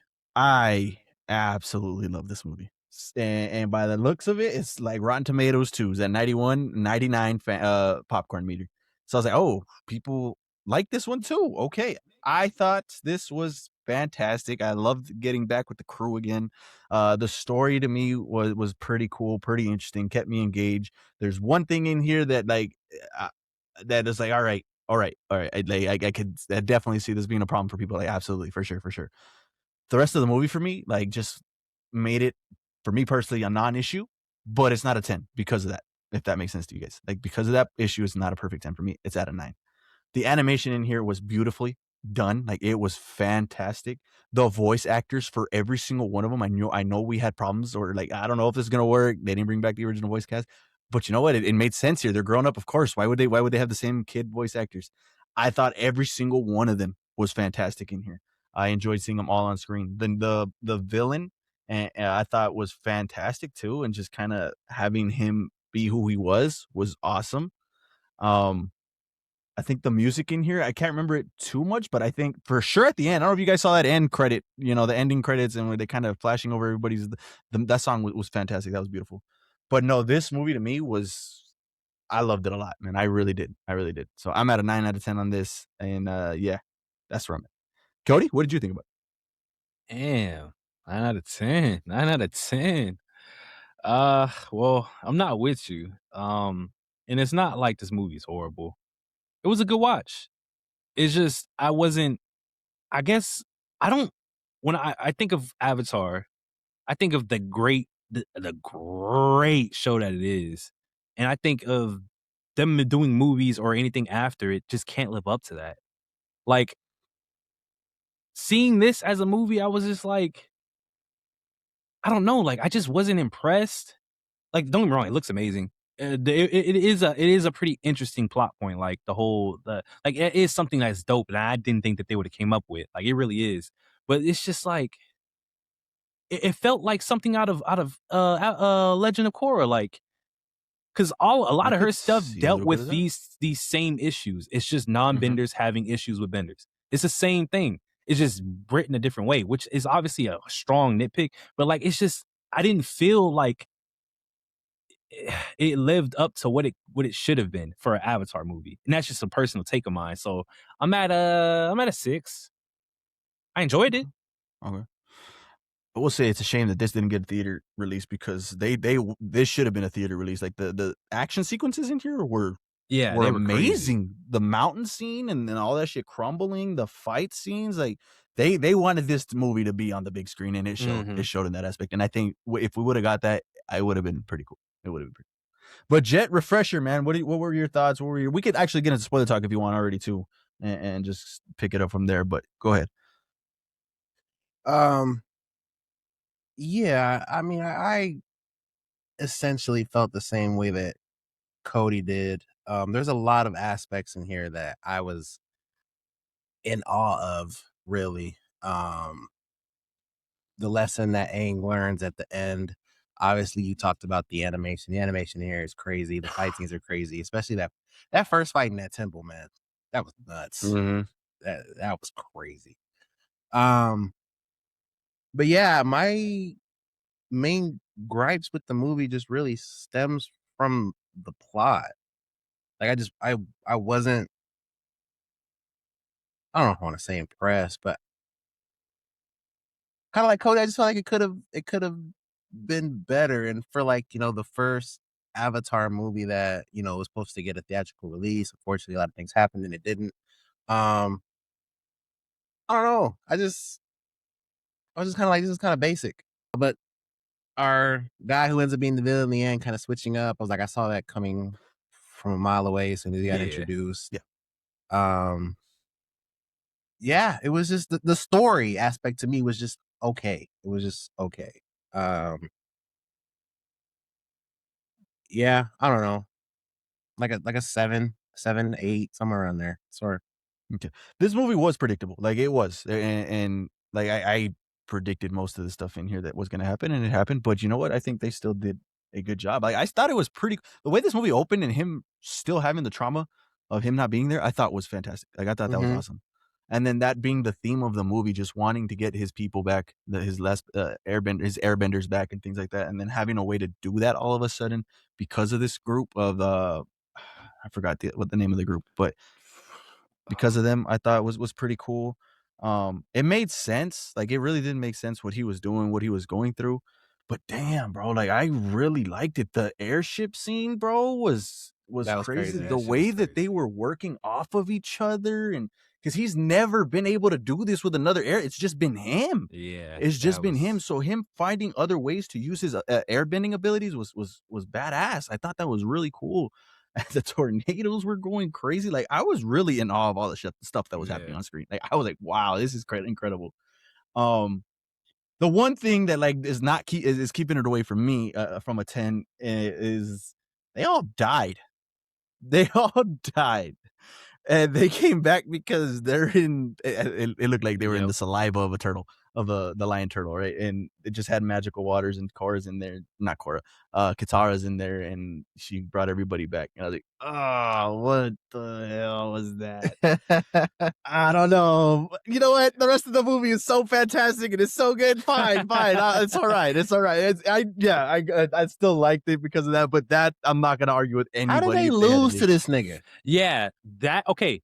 I said that at the first time I said that too, but the only thing that I was trying to say to make it make sense was that, like, obviously he's from like 1,000 years ago, but like I guess they were just more advanced, like fighting wise. Like their technique and their just skill, their raw skill was just better. He was trained by an avatar, mind you. He was trained personally. First. But these are the guys. These are the guys, though. I know, and then but they've been in peace. I don't know. I'm just trying to. They've been in peace for so long. This dude came out from the ice ready to scrap. They have never seen an airbender fight. Like, Aang didn't even know how to do this stuff. This dude did. Like, and he was pretty proud. He had his own lightning thing with wind and killed everybody. Like that. You know, thing was crazy. Which I understand, but it's like, okay, if you're doing that against Aang and Aang is struggling, it's like, okay, I get it. It was everyone. Yeah, I know. It's just, and my only, like I say, the only thing is that he in his time, they're all fighting nonstop. They're all fighters. They're peacekeepers, bro. They're going to other nations to go stop them from fighting and fight. He's a warrior. He's a warrior. They're not like that. In our time, they really didn't have to deal with much like real raw. Like, they had 3 months of fighting, and it wasn't like that. Like, this man was fighting. Like, to me, like they fought minions that could barely fight. Like, they fought some people here and there that were crazy, but it's just they don't compare to him. He's a real warrior type. Like, that's just my only take on it, because I had the same issue. I was like, because I was like, Toph should have handled him. He doesn't know. Toph is the one that Toph was. I could see her being like, because she was metal strong. bending. That's it. Like, he has never seen that. But that's just where the problem stems for me, because it's like, you guys make that claim for Toph. That's Toph on top of everybody there. Like, I can't. You guys made a great point about him being a warrior, and I think that's fair. He's going up against 4 niggas. Like, I know. Oh my god! And it's all the elements. It's all. I know. How long is this after? How long is this after? What do you mean? How long is this after our show? I mean, like 10 years, we think? Yeah, I want to say like 10 years. Yeah, they should be masters at that point of what they're doing. But they haven't had to use their powers like that since they defeated the Fire Lord. I got it. Okay. Justin, how do you justify the 5 Kage not being able to handle their own against Madara? Because he's modern. He had unlimited fucking chakra.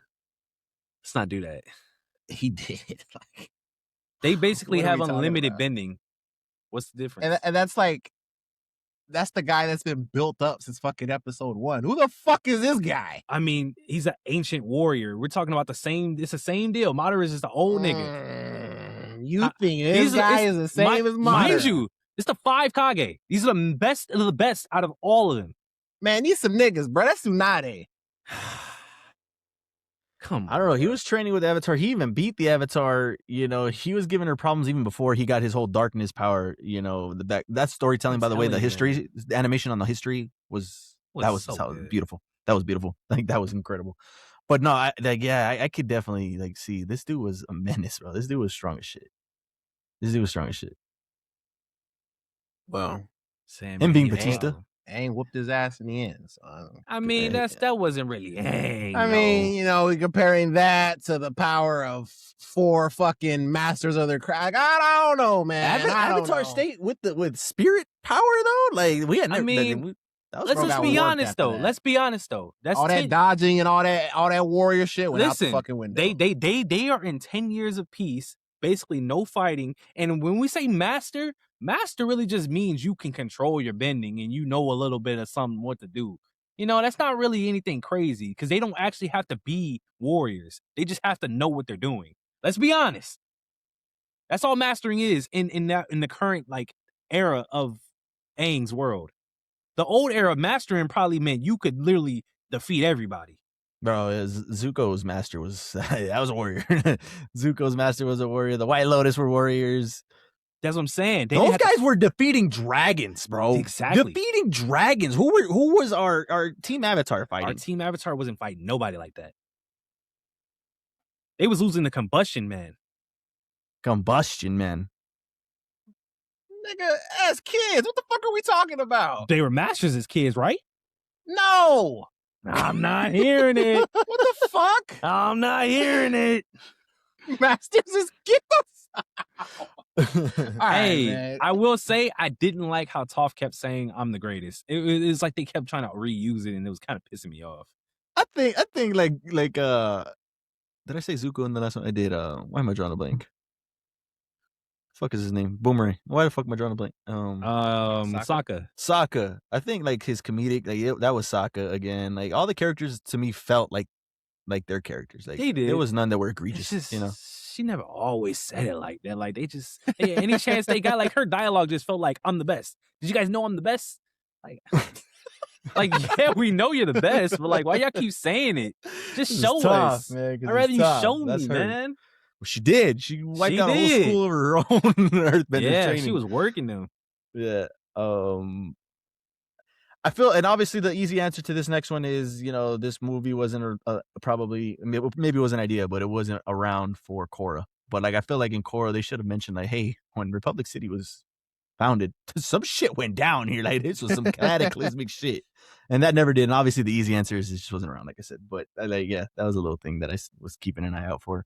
Sokka and his little bicycle thing. What'd you guys think about that?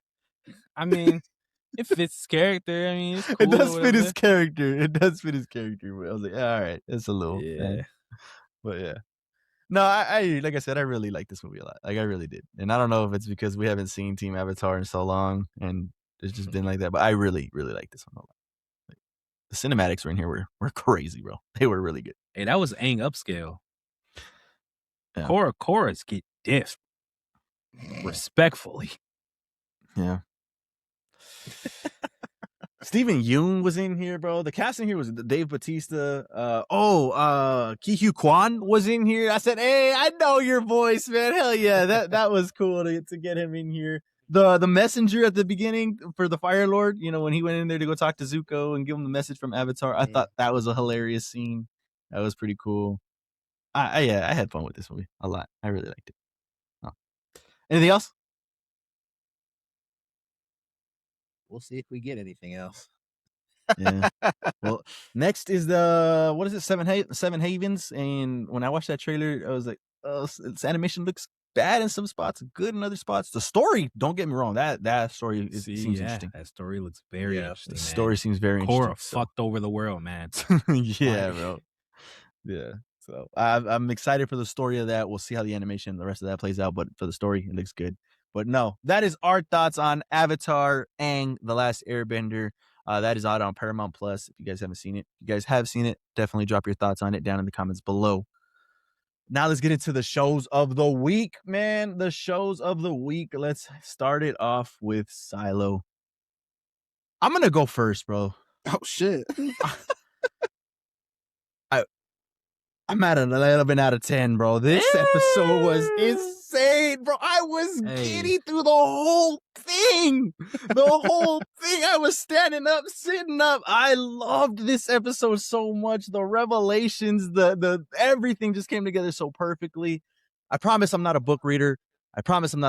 Silo 1 is a thing. That's exactly what is running shit. And that was pretty cool to find out. But no, this episode, bro.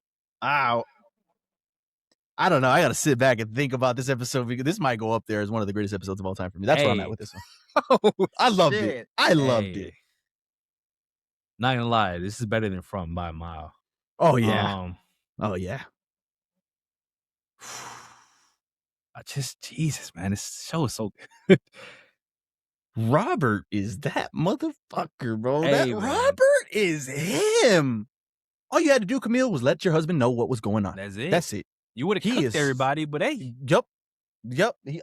This man with his resources and his trust and everything that he's got going on, he set up everything from the beginning.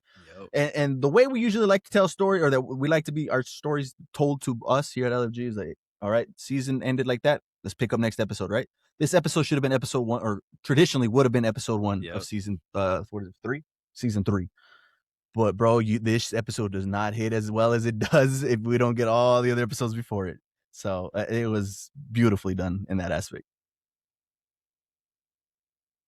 It being titled Memory was, oh my God. Yeah. And it's because well, I shouldn't say this, but because a lot was happening. We were getting a lot of revelations like you were talking about. And I was like, damn, how much longer is this episode? There was a little bit left to go. But I was thinking to myself, like, damn, they used all them items. Is she finna get her fucking memory back? And the shit is going. You didn't think about the thing? You did? I didn't. Hell yeah. I guess. I didn't think. And fucking have it on him. But that's the thing. When they mentioned collecting all of the relics, and I was like, this nigga not giving up the relic. What's going on? Like, I know he got this shit on him. Like, there was a point last season. Like, bruh. That's why I didn't think about it, because he didn't do it right there. Like, everybody's doing shit like, damn, what are we doing? That shit, bro, I love that shit. This stair scene happened. I was like, oh shit. Yeah. This shit is really between so me and Anthony. man. I was like, that's man. crazy. But yeah, it was a great episode, no doubt. Oh, that was crazy. And bro, what have we another problem? Yeah. What have we been asking for from talk? Everybody talk. We got everybody talking to everybody in this episode and dropping you knew this? Oh shit, let me tell you about this. Everybody was talking. I said, yes, bro. Like oh man, I love this episode a lot, bro. This was great. And we stayed here the whole time up until the last 2 minutes. Yeah. And then we went back to the past. You know, they said, nah, get ready for this episode because we're staying here in the silo. We're gonna be talking to other silos, man. Bro, is it Murph? Right, that's her name. Yes, no. That sounds right. Murphy, the old lady. Yeah, isn't that her name? Murph sounds right. It is Martha. Martha? Okay, Martha. But her knowing everything from the beginning, you know, did she give her a relic in the cafeteria? She gave her something, right? That was when they were trading the what did she give her? They were trading the fake badges, right? Was it is that what you're talking about? Because in the cafeteria scene when they're talking to each other finally, and she says, "Here, take that" or something. I forgot what it was. Oh, I forgot what it was. I don't know. But she knew everything from the beginning. And bro, they started saying Bernard knowing everything. Like, okay, we need to. Oh my god, this episode. Robert set up everything with the mayor, bro, with the whole mayor shit. Yeah, like, don't worry, I got contingency plan there. I'm gonna ensure she doesn't die. So don't worry about it. I got Bernard down here. He's safe. I got people watching him. Bernard started spitting up shit. Like, okay, they're gonna start feeding her the pills so she can't remember shit. We can't take her out of it just yet. I need you, Robert. You are invaluable. And fuck yeah, he was. Hell yeah, he was, because he is. Without him, none of this gets done. Yeah, none of this gets done without Robert. And this episode was so good, bro. Like, I loved it. I loved it a lot, man. I gotta watch it again. Honestly, I gotta watch it again. Future, man. Yeah. They said we got 2 years left. Oh, I forgot. Pick up that box right there. Damn, kind of heavy. All right. Now pick up the one underneath it. Oh shit.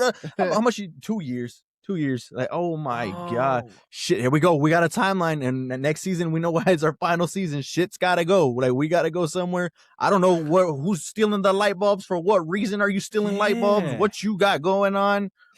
Yeah, I don't know. It's crazy. But that It's many years actually worth of light bulbs? nuts. What are you doing? And what's insane is when they had that side plot about the Shadow Girl dying, or like I was like, why are they doing this? Like, I didn't get it.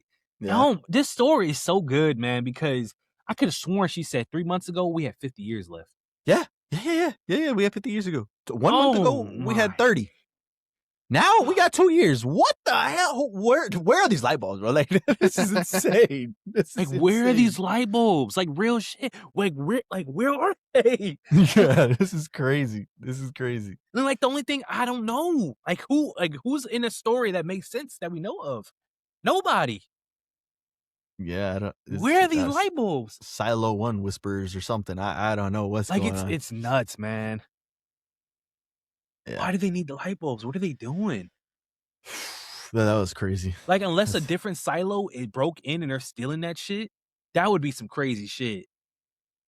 But maybe. No, because I feel like they would know. Right? Unless it was Silo 1 that's doing. I don't know. Yeah, I don't know. I don't know.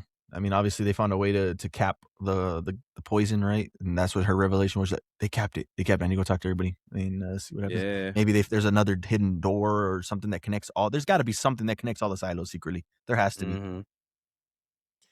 They wanted to focus on the present, but the episode ending with the past, that has to be something crazy. Oh yeah, that next episode, I can definitely see the majority of it being in the past. Like, there's a reason they gave us this one majority in the present. I could see that shit going in the past, which is insane, bro. AI, they were talking about some AI shit. Yes, man. Yeah, it's always turning, bro. Yeah. Oh shit, man. Yeah, that's crazy. They doomed themselves. I think whoever has that car is taking them to help them. Like, all right, let me show you some shit. What's happening? I don't think it's to harm them or to, put them in a situation. I don't think so. It's so crazy. This show's good, man. This show is good as hell, bro. This show is good as hell. Damn. All right. Anything else? I remember. She said that shit, bro. Oh man, I got teary eyed, bro. I was because I was ready to go when the dad's watch was there. I was like, oh, her memory of the dad's gonna come back, and it was there because he gave her like, no, this is just for you. This is just for you, and he wanted me to tell you he loves you. Keep on doing you. You're doing great. And she was like, I was like, oh shit, here it comes. It got me. It did catch me. It did catch me a little bit for sure. Silo's crazy. Bro. Silo is great. One final season. If this show lands this finale in these last few episodes, and that last season is just a banger, bro. I gotta make room. Uncomfortable conversations. I gotta make room somewhere, bro. This is crazy. All right, there you go. That is our thoughts, our review on Silo. What episode was this? 6? Memory? No, episode 5. 5. Memory. We're halfway through. Halfway through. This was a mid-season finale, bro. Like, this is a mid-season finale. This is insane. So that's our thoughts on Silo. Let us know if you guys are watching Silo, and if you're not, what are you doing? Like, what are you doing? Go watch that. Go check it out. And if you are, leave those thoughts down in the comments below. Let us know what you guys are thinking about it. Moving on to, I think that's it. That's all. That's it. We're good there, except for obviously the ones that me and Jet are in. So let's move into House of the Dragon. I promise you, I'm not a book reader, okay? I promise I'm not a book reader. I'm not. It's a blessing and a curse. His dragon's back, Jet. His fucking dragon. What did I say, bro? I said, he said that shit for a reason. It would not surprise me if it didn't. That was the revelation of the episode. Outside of that, this episode was phenomenal, bro. Another 10. It's the best season. It is. By far, it's the best season. And I loved season 1. Clears. It absolutely clears. This was a fantastic episode, man. Like, this week's What We Watch is crazy. We're insane for me. Like, wow, I loved it. What'd you think, Jet? What's on your mind? So, where the fuck do I start? So, Rhaenyra finding out that it was Rhaena all of that. Crazy. Yeah. The way that it's piecing together in her head, she looks at Raina. She's obviously pissed at Raina, but then she goes back to Damon and she's just like, I fucking trusted you again and you burned me again. Like, it's just, man, the acting that you get from just their facial expressions in this show every time is so great. I can't, sing the praises enough. And I'm thinking like, okay, yeah, that scene was crazy because we got, dragon fights and we got that. Like, it was nuts.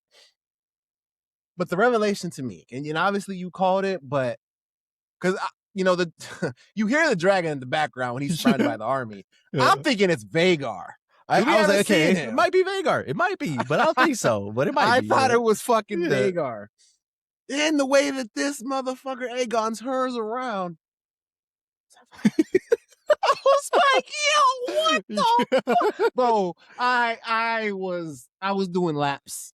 Yeah. I was going crazy. I couldn't believe it. And then oh my God. This is crazy. Their faces, Jet, are burned together, bro. It's like the dog and the owner when they look like each other because they're awesome together. That's exactly what this was. They're burned together, bro. It was incredible. It was incredible. Everybody's like backing up too as they start noticing some shit moving in the trees and shit. Oh my God.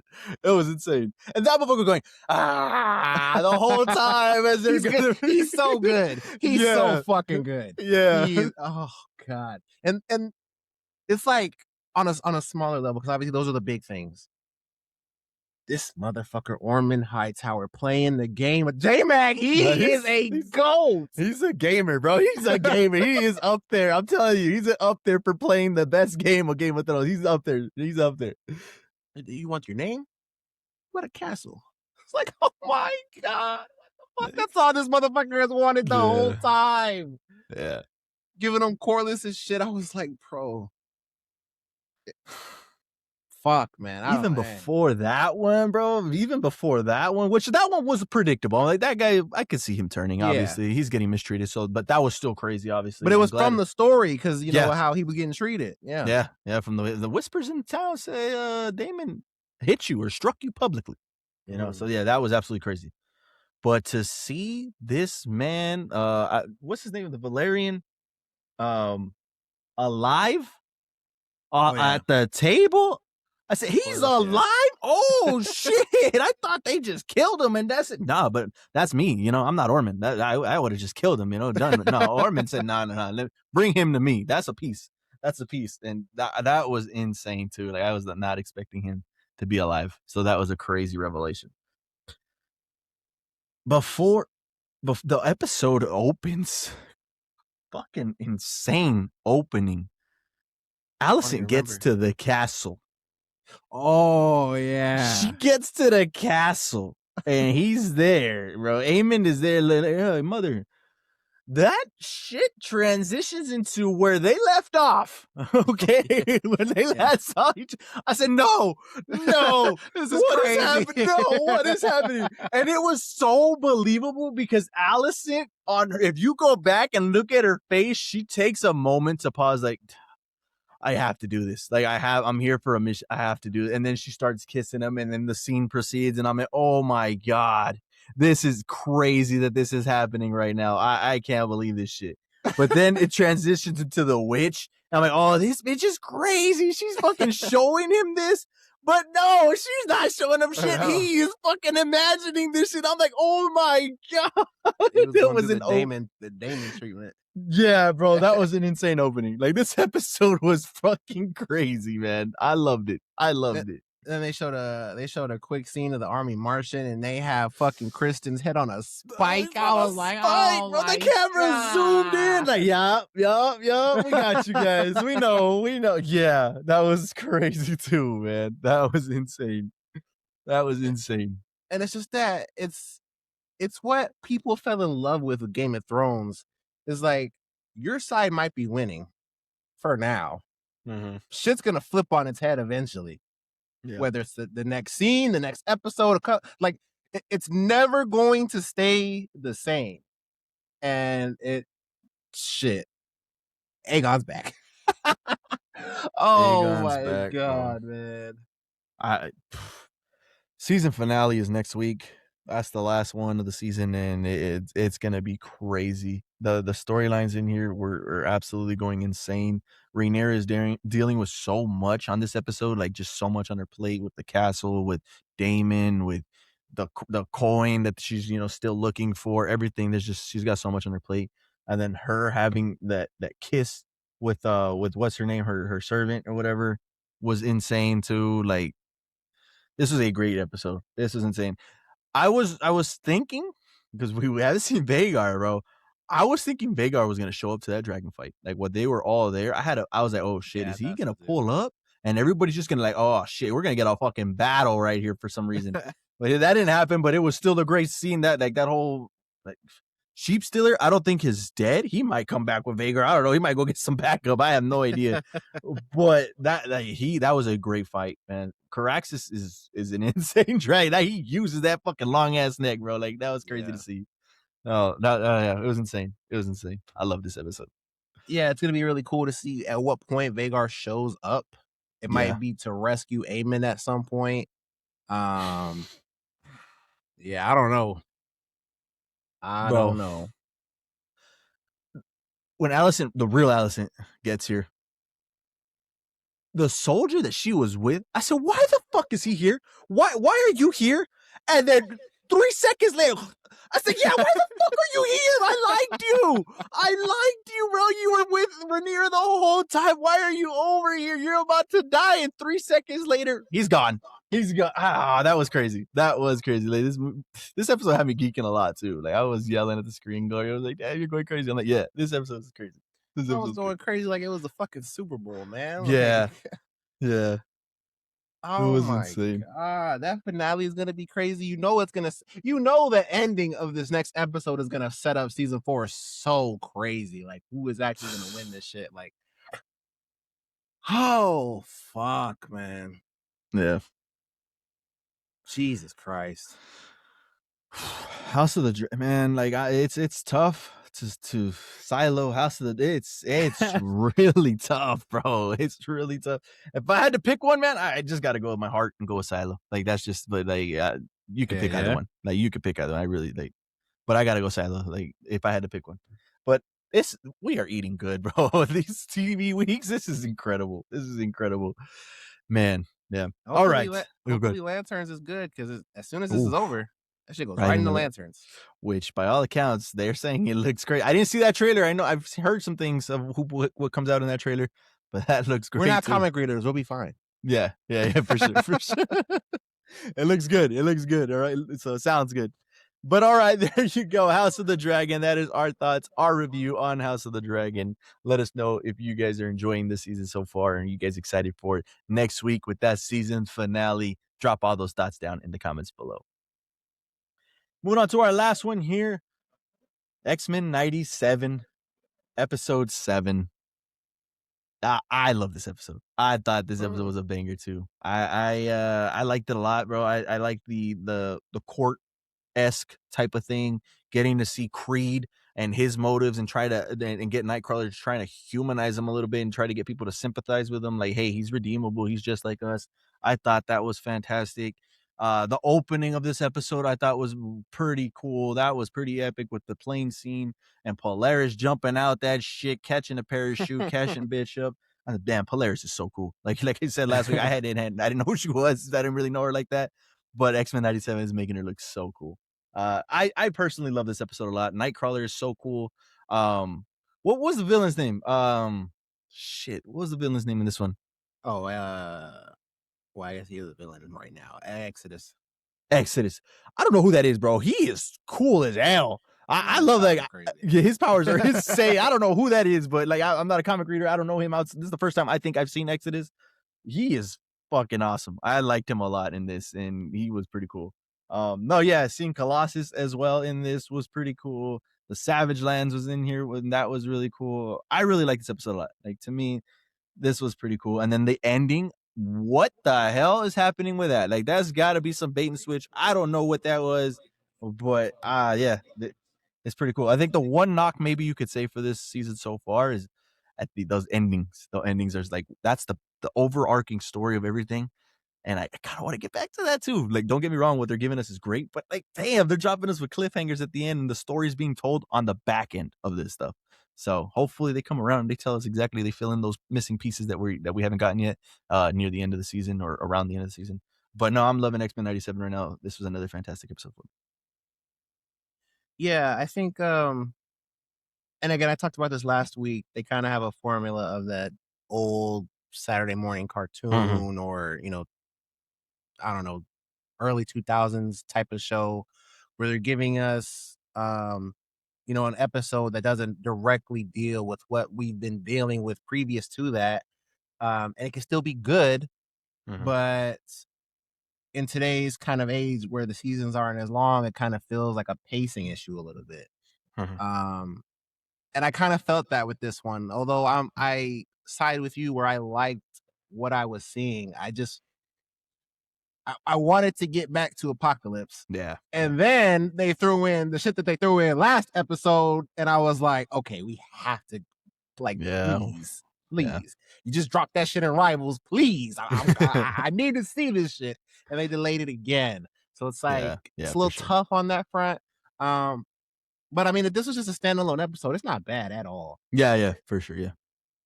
It's just kind of where everything is. It's a little tough, but like you said, I mean, we watch every single movie and watch all the shows and play the games. Seeing Savage Land like that was really awesome. Seeing these characters that are making up the acolytes of Magneto, and obviously we've seen these characters in different things and even in X-Men 97, but seeing them come together, that was really cool. The kind of partnership, I guess you could say, with Xavier and I don't know what her title is, but the chick that's kind of in his way right now. I think those conversations are always interesting because obviously they have a history and they kind of have the same goal, but just kind of different ways of trying to go about it. Which is the X-Men standard, really. But yeah, I mean, it was a fine episode. I didn't think it was bad or anything. I was never bored. It's just I want to get to what this show has set up in the beginning of the season. Yeah, for sure. That's completely valid. I like the ending on this. And, right before Colossus is going to give his verdict, everything goes down. And then at the end, Nightcrawler's like, did I convince you? Nah, you didn't convince me. And I was like, damn, that's kind of crazy. Yeah, that was crazy. That was crazy. I like the way that ended. No, all right. Was that it, Jet? Anything else? No, yeah, that's it. There you go. That is our thoughts, our review on the latest episode of X-Men 97. Definitely let us know if you guys are enjoying this season as well. You guys are the same mindset that let's get back to Apocalypse. You got to be, right? Like, everybody wants to get back to the Apocalypse. That shit was insane. Leave all those thoughts down in the comments below. Any individuals, boys? Nothing. There you go. We appreciate you guys watching our What We Watches. Let us know what you guys are watching, listening, playing, reading, all that good stuff down in the comments below. All right, let's kick it over to what happened this past week in the world of pop culture, and let's get you guys up to date. Andy Muschietti confirms it. Welcome to Derry Season 2 will be set in 1935. So we already knew this information. Derry is a graveyard almost. It's a carcass of something because people are depleted, poor, tired, jobless, homeless. The kids don't have a suburban, comforting life. Damn. Yeah. So life sucks. Life sucks. It's about to get worse. That's absolutely nuts. Jeez. So yeah, that's cool. I'm super excited for this. Yeah. Spider-Man Brand New Day officially had the biggest domestic opening day of all time with 168 million. Yes. Obviously, we talked about that at the beginning. That went up tremendously. But yeah, numbers. So Doomsday's beating this. Yes. I truly believe it will. All right. Over 400,000 people are in a virtual queue right now to get tickets for the newly added IMAX 70mm screening for the Odyssey at the FBI IMAX. BFI IMAX, sorry. Yeah, that's the wrong one. No, yeah, like we talked about it earlier, bro. It's insane. People are already those are probably sold out already as well. Gone. So, dang, crazy. That's Jesus Christ. That's crazy. Wild. 40,000? Well, that lets you know that's almost 200,000 right there, at least. David Jenkins reveals his Booster Gold series at DC is not moving forward. So there you go. What, man? What, man? Shelf it. God damn. What do you want me to say, man? Hey, listen, did you like the guy that they casted for Booster Gold?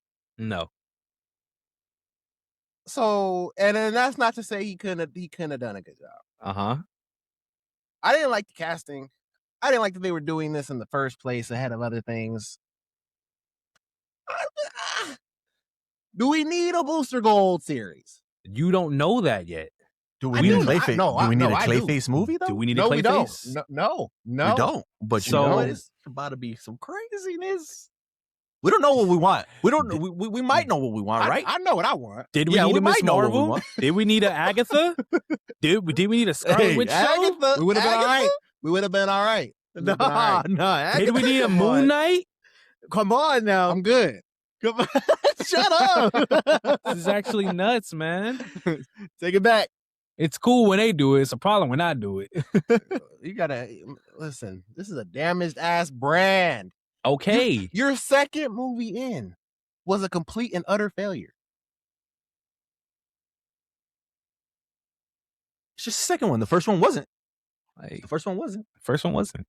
First one wasn't. So, you know, 1-1. 1-1. It's all good. Play as fuck up, man. We got projects coming down the pipeline. It's gonna be okay. It's gonna be all right. This isn't coming from an even street though. You're working from a graveyard. You're not above ground. You say that. Man of Tomorrow is gonna make money. Of course. Right? Yep. What after that are you confident is gonna make money? Do we even know what's after that though? Batman. Is that not a problem in and of itself? Batman. What, that we don't know what's after? Superman and Batman, huh? That's saving grace. Wonder Woman. Fuck no. Aquaman. Yeah. Anyways, Marshall Ali says he's moved on from Blade. There you go, J-Mac. You have officially lost. I have moved on. I'm good. You had me under contract. If they wanted to do the movie, we would have done the movie. So we're not doing the movie. They didn't want to do it, so they should answer that question. He trained for over a year for that role. Wasted his time. Yeah, I mean, obviously, this would have been fantastic. Like how everybody wanted to see Mahershala as Blade. Like, look at that picture right there. That's fucking awesome. So yeah, it sucks. That really sucks. Like that's being the only thing that wasn't able to get done. That sucks. You know what I think it is? It just doesn't fit. I don't know what they got going on over there for this one, but yeah, that's definitely now. Like where the MCU currently is, this is just too much to add. Like the other side characters they've added, it's not like it's affecting main plot heavy, like to the point where people are like, what the fuck is going on? Like to the point where, because obviously we're saying what the fuck is going on, but we're saying that in terms of like, how does everything connect? You add this in there, we're what like as far as vampires? Saying either. Yes. Bro, we got aliens, we got mutants. But that's where we are. We're there. We're there. That's vampires where we being are. thrown in. You're throwing that in. Because I didn't watch it. Did they not like sprinkle breadcrumbs of this in the werewolf thing? Werewolf by Night? Don't do that. Nobody saw it. Yeah, you're not wrong by that, but that was still good though. But my point is that we've got so many other things in here: gods, aliens, monsters. Like there's so many other things. But I feel like MCU, we're in like that vampires. realm. That's where we are. And in vampires, it's like we're sidetracking. Nah. I wish. That's why I felt like Moon Knight fit, because we're still in that god realm. I felt like that's a big reason why Ironheart doesn't fit. It's such a useless plot point for the entirety. No. What do you mean no? Ironheart didn't fucking fit because it fucking sucked. If Ironheart was good, there wouldn't have been an issue. Mephisto being in that shit, bro. Come on, like that's good, but you know everything else around that, like nobody was interested in that. The way they set it up was bad, but people would have been hyped for Mephisto and all that stuff. People were ready for Mephisto in WandaVision. Yeah. It's so like they've been teasing him for so long, and then they drop him in Ironheart of all fucking things. Like, that's crazy. Indeed. Look at him as Blade, man. Look at this nigga, bro. That shit would have been so cool. But you're not getting it. The Elden Ring movie has wrapped filming in theaters on March 3rd, 2028. Hey. A24, obviously we've known this, but A24 doing this is kind of wild. It is kind of wild. This is going to be a good-ass movie. Yeah. And the guy that did Civil War. Yeah, from the guy that did Civil War. It'll be really cool. You know, these two have played the game, I haven't, so you're going to get two different perspectives. It's going to be really interesting. I cannot wait to see this. This is dang. Because I wonder if this would make you want to play the game. Oh, fuck no. It might. It might not though, Cody, because this is going to be like, I don't know what it has to deal with, but there's so many different lore points and stuff like that people are going to see that and go expect that in the game. They, well, where's the shit that I just watched on screen? And that has like in a book somewhere. You know what I'm saying? Yeah. So. IMAX 70mm showings for the Odyssey are being extended through September 16th due to massive demand. Yes, we are hitting 1 billion. There you go. Yeah, that goes hand in hand with the other one. But yeah, more showings, long wait queues for those showings. Insane. Yeah, I don't see how you don't do this, to be honest. Yeah. And as far as like a fan's perspective, first movie shot entirely on IMAX cameras. Like it's like it might not happen again. Yeah. And a movie of that scale. Yeah. I don't know how the schedule works out with them, you know, because obviously we know IMAX is on a schedule, so I don't know how they fit that in there exactly with other stuff coming up. I know the Jumanji stuff that might have been in this spot when that got moved. Oh yeah, I don't remember. So maybe that's how this got extended. So, but yeah, double use. Wonder Man has been canceled. The show is no longer returning for season 2. I think it goes to show, not goes to show. It really is the point of season 2 wouldn't work for this. I just don't see how it would. I said the TikTok yesterday because that was, you know, we talked about this a little bit. Jet made TikToks on this already. The showrunner came out and said they already had stuff written. Everybody seemed to like it. Everybody seemed to like be on board with it. They just don't know what happened at Disney for them to change their minds. But that was a non-issue according to the showrunner. Like they had stuff ready to go. Yeah, they always have stuff ready because at the end of the day, they want to make money when something's popular. That's how I feel about that statement. But based off of that season 1, they can't recreate that magic, man. Yeah, it would have been, just said this, it would have been completely different from season 1. So, which is fine. And I think I didn't really, until I sat back and actually listened to what people were saying, I didn't really take stock in, Marvel has a black issue or Marvel's racist. I really didn't look anything into that, but when you start to pile up the evidence, that shit's kind of damning, man. What the fuck happened to Armor Wars? What happened to the Blade movie? Damn. Captain America got sidelined in his own fucking introduction, and they did some weird shit with the Israeli, I think it is, superhero, and that had people to like. It's just like they didn't promote this. They didn't promote Ironheart at all. That shit just kind of dropped. It's just, it's just kind of tough, man. Fight, man. Like, you got to work on some shit. Moving forward, we got to be better. We're going to reboot. That's why they're not doing it. That don't got shit to do with making shows. They need to focus their energy into one thing, man. Javier Bardem says, did I pronounce that right? Bardem says Dune 3 is going to be a masterpiece. The conclusion is going to be something no one suspected. Denis Villeneuve wants to go further from the last movie. Those who have read Dune Messiah, it's beyond that. It's going to be a feast. It's going to be extraordinary. That is really awesome to hear because we know that the third, I don't know if it's the third book, but Dune Messiah is not everyone loves it. Yeah. So that's really cool to hear, especially if you're a book reader. It's like, oh shit. Yeah. All right. So it's not, I mean, there's probably some stuff in there that he took, but should be a completely different story. Goes beyond that book. You know, last time people were coming out for their movie and saying this is going to be crazy, this is going to be amazing, it was the Odyssey. So, I don't know. Yeah. Amy Pascal confirms an animated Venom movie is happening. Zach Lipovsky and Adam Stein, Final Destination Bloodlines, are set to direct. Fire. Damn. Fire. It's animated. It is indeed animated. Animated can go crazy, as we know. That should be cool. Yeah, I'm excited. And more on the news. This weekend was the biggest domestic box office weekend of all time with over 412 million. Spider-Man Brand New Day, 355 million. The Odyssey, 51 million. And Toy Story 5, 6.3 million. Toy Story 5 still being a part of this is nuts. Yeah. Yeah, it is crazy. But yeah. That's nuts. I don't know if this gets beaten for a while. Yeah. And then biggest Dune, weekend. and then Dune and Avengers. Doomsday. Avengers, Doomsday is gonna happen. 354.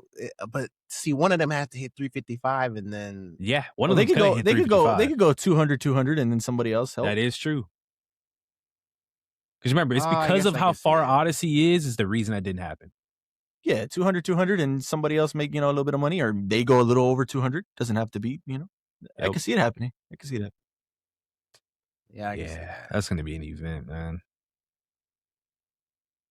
Samara Weavings has been cast as Emma Frost in the upcoming MCU X-Men movie. What's that picture on the left? That's crazy. Well, I don't know who she is, but she's a good. blonde white girl. She's good. I'm excited for this. That's a good casting, in my opinion. Yeah, that's awesome. The White Queen. Double use. Auditions for the X-Men movie have been happening since May. The casting search for Emma Frost was the most thorough, with Samara Weavings subsequently winning the role. So domino should start falling here pretty soon. I don't know if they're going to want to announce them all, but probably get another couple, hopefully.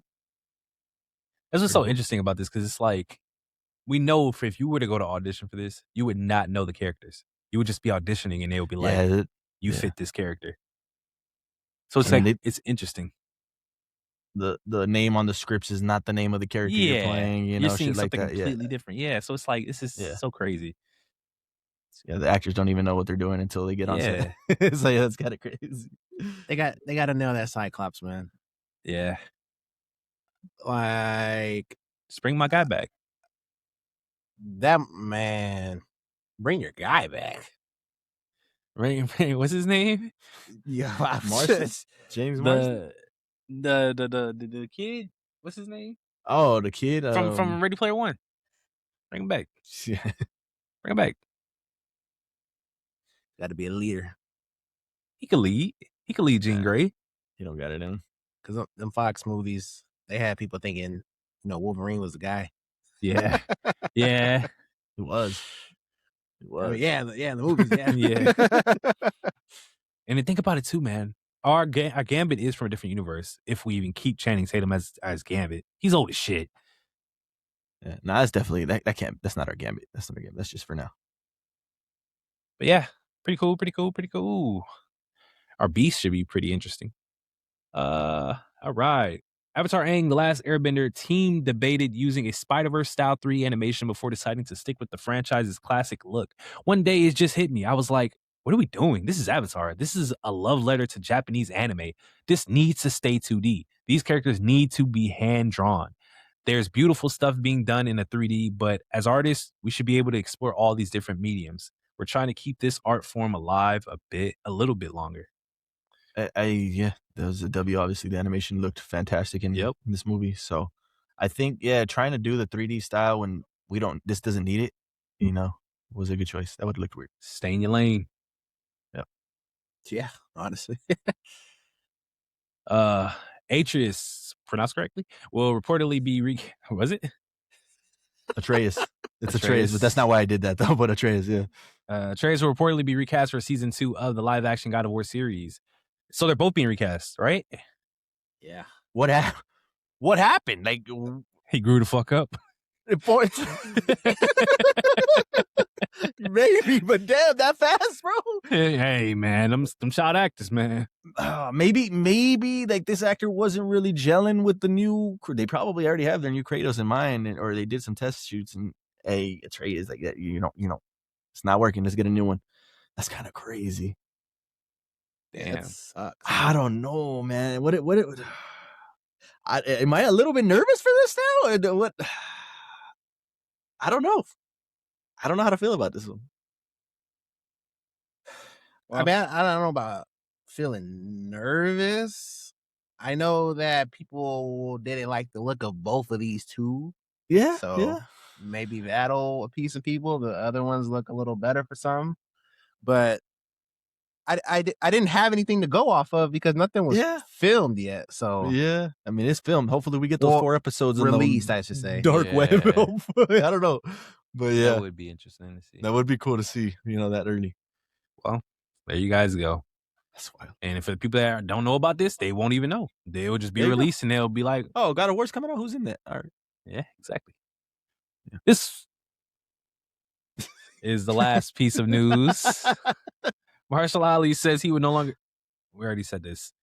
Yeah, we already said this. Yeah. Oh, but that was the movie. That was the movie. Motherfucker, read, damn it. I did read in my head. Says he would no longer star as Blade. He trained for a year to prepare for Blade, so he used the sword training for his next action movie, Your Mother, Your Mother, Your Mother. He kept reading. It was like, oh. Because I read that first line, I was like, I just read this. And then it just kept going. I was like, oh, fuck. There you go. That's his next project. Your Mother, Your Mother, Your Mother. That's a crazy line. Like, Your Mother, Your Mother. He's probably just slashing. Who's somebody else is in this? Like this cast. That's the one. That's why I kept it in there because that's the one with Giancarlo Tremel Tillman. Tremel. Yeah, Tremel is back at it. There you go. There you go. Last piece of news. Tom Holland says they've already got a plan for him passing on the mantle of Spider-Man in the future. I have a really clear vision for the passing on the baton. I think it's really exciting. Slow down. What do we see? What do we see? When does this happen? It has to be at least 2 movies from now. You think Tom Holland still got? Would it surprise y'all if like we don't get another one with Tom Holland and he's done after Secret Wars? Absolutely. He needs another one. Like not needs, but I would love to have another one. Yeah, his Spider-Man is too good to not have another one. I would be surprised. I think I just need one more at least. At least. That's why I said 2 more, and then you can pass it. With that movie, him being passing the mantle, like that's where Miles gets his No. Too soon. Oh, so that's 2? So you want 2 with him? Yeah. Or you just want one? I want and then one more of him. Miles shows up somehow? And in the second one, like think about it. The next movie could be him and Miles, and he's training Miles at the end of it becomes his bit or whatever, something Miles is something included. With Miles. And that second one is he's passing it because there's going to be gaps in between, and we're going to see those characters again, but like it can't be the next movie. That's all I'm saying. It just can't be. It's too soon. We basically just got him back, basically. Like I think Miles can start in the next one. I don't think he has to be Spider-Man. Am I mudded? You didn't say that. Yes, I did. You said the next movie has nothing to do with Miles. That said he could be in there like just to get his power or something at the end. No, I'm not even saying all that bullshit. Just introduce the character. Oh, I mean, I guess.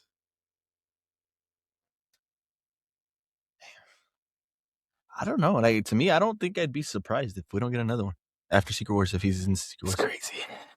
I don't. They could do it in Secret Wars. Do what in Secret Wars? Pass the mantle in there. Oh, you're crazy. Set up Miles. I don't know. Set up Miles, not pass that fucking mantle. I don't know. This is still Sony at the end of the day. Do they make that motherfucker come to live action? And you know who our Miles would be, and he would look way older than our Tom. No, I mean, yeah, you can't have that. But I'm just saying that's the same character from the Spider-Verse movies. I don't know. Damn, that'd be crazy. But then, I feel like those two those two sentences contradict each other because that shit said, Yeah. they already got a plan, and this nigga says, I have a really clear vision. Yeah. Well, who's talking? We assume it's Tom. Yeah. It says Tom Holland says. They've already got a plan. Well, what if it's like the narrator being like, Tom Holland says they've got a plan, like saying Tom Holland and them. No, it wasn't has to Tom be Holland Tom. directly. It wasn't directly Tom Holland saying, because it's not in quotes. Tom Holland says they've already got a plan. Oh, you're right. You're right. It's discussing film saying that Tom Holland and them have a plan, and then it shows the Yeah. quote. Well, regardless, no time soon. You hope. And that does, boys and girls, conclude the LFG news. All right, there you guys go. LFG keeping you up to date on your latest and greatest in the news of pop culture. Let us know if you guys heard something you didn't already know about. And if you did, hit that like button now. That would be much appreciated. Final thoughts, boys, before we head on out? It's a really great week for cinema and TV. Yeah. Yes, this shit was awesome. I don't think there's a movie of the week because next week is the end of Oak Street. Yep. And I don't think there's anything right this week. So obviously we had the finale of House of the Dragon, another episode of X-Men. Silo is gonna keep going. And maybe we play a game. I don't know. But LFG will stay locked and loaded, and make sure you do the same. Go subscribe to the YouTube channel. Go hit up all the socials. You guys get early access to content before it drops on the podcast website. It's a great time, man. It really is. And thank you guys so much for being a part of the LFG family. Did a live stream on Saturday morning, and that was really awesome. We got like 30 followers or something from there. So I do plan to do that more. So make sure you're for sure following the TikTok account so you don't miss that. Those chats are a great time. Yeah, another great episode in the books. All right, there you go. Let us know all your opinions, all your thoughts down in the comments below about anything we talked about in this episode. While you're down there in those comments, don't forget to drop a like and subscribe if you haven't done so already. That would be much appreciated. For our audio listeners, don't forget to hit 5 stars. That too would be much appreciated. In the meantime, keep it locked here to LFG. We got you covered on anything and everything in pop culture. We'll see you guys in the next one.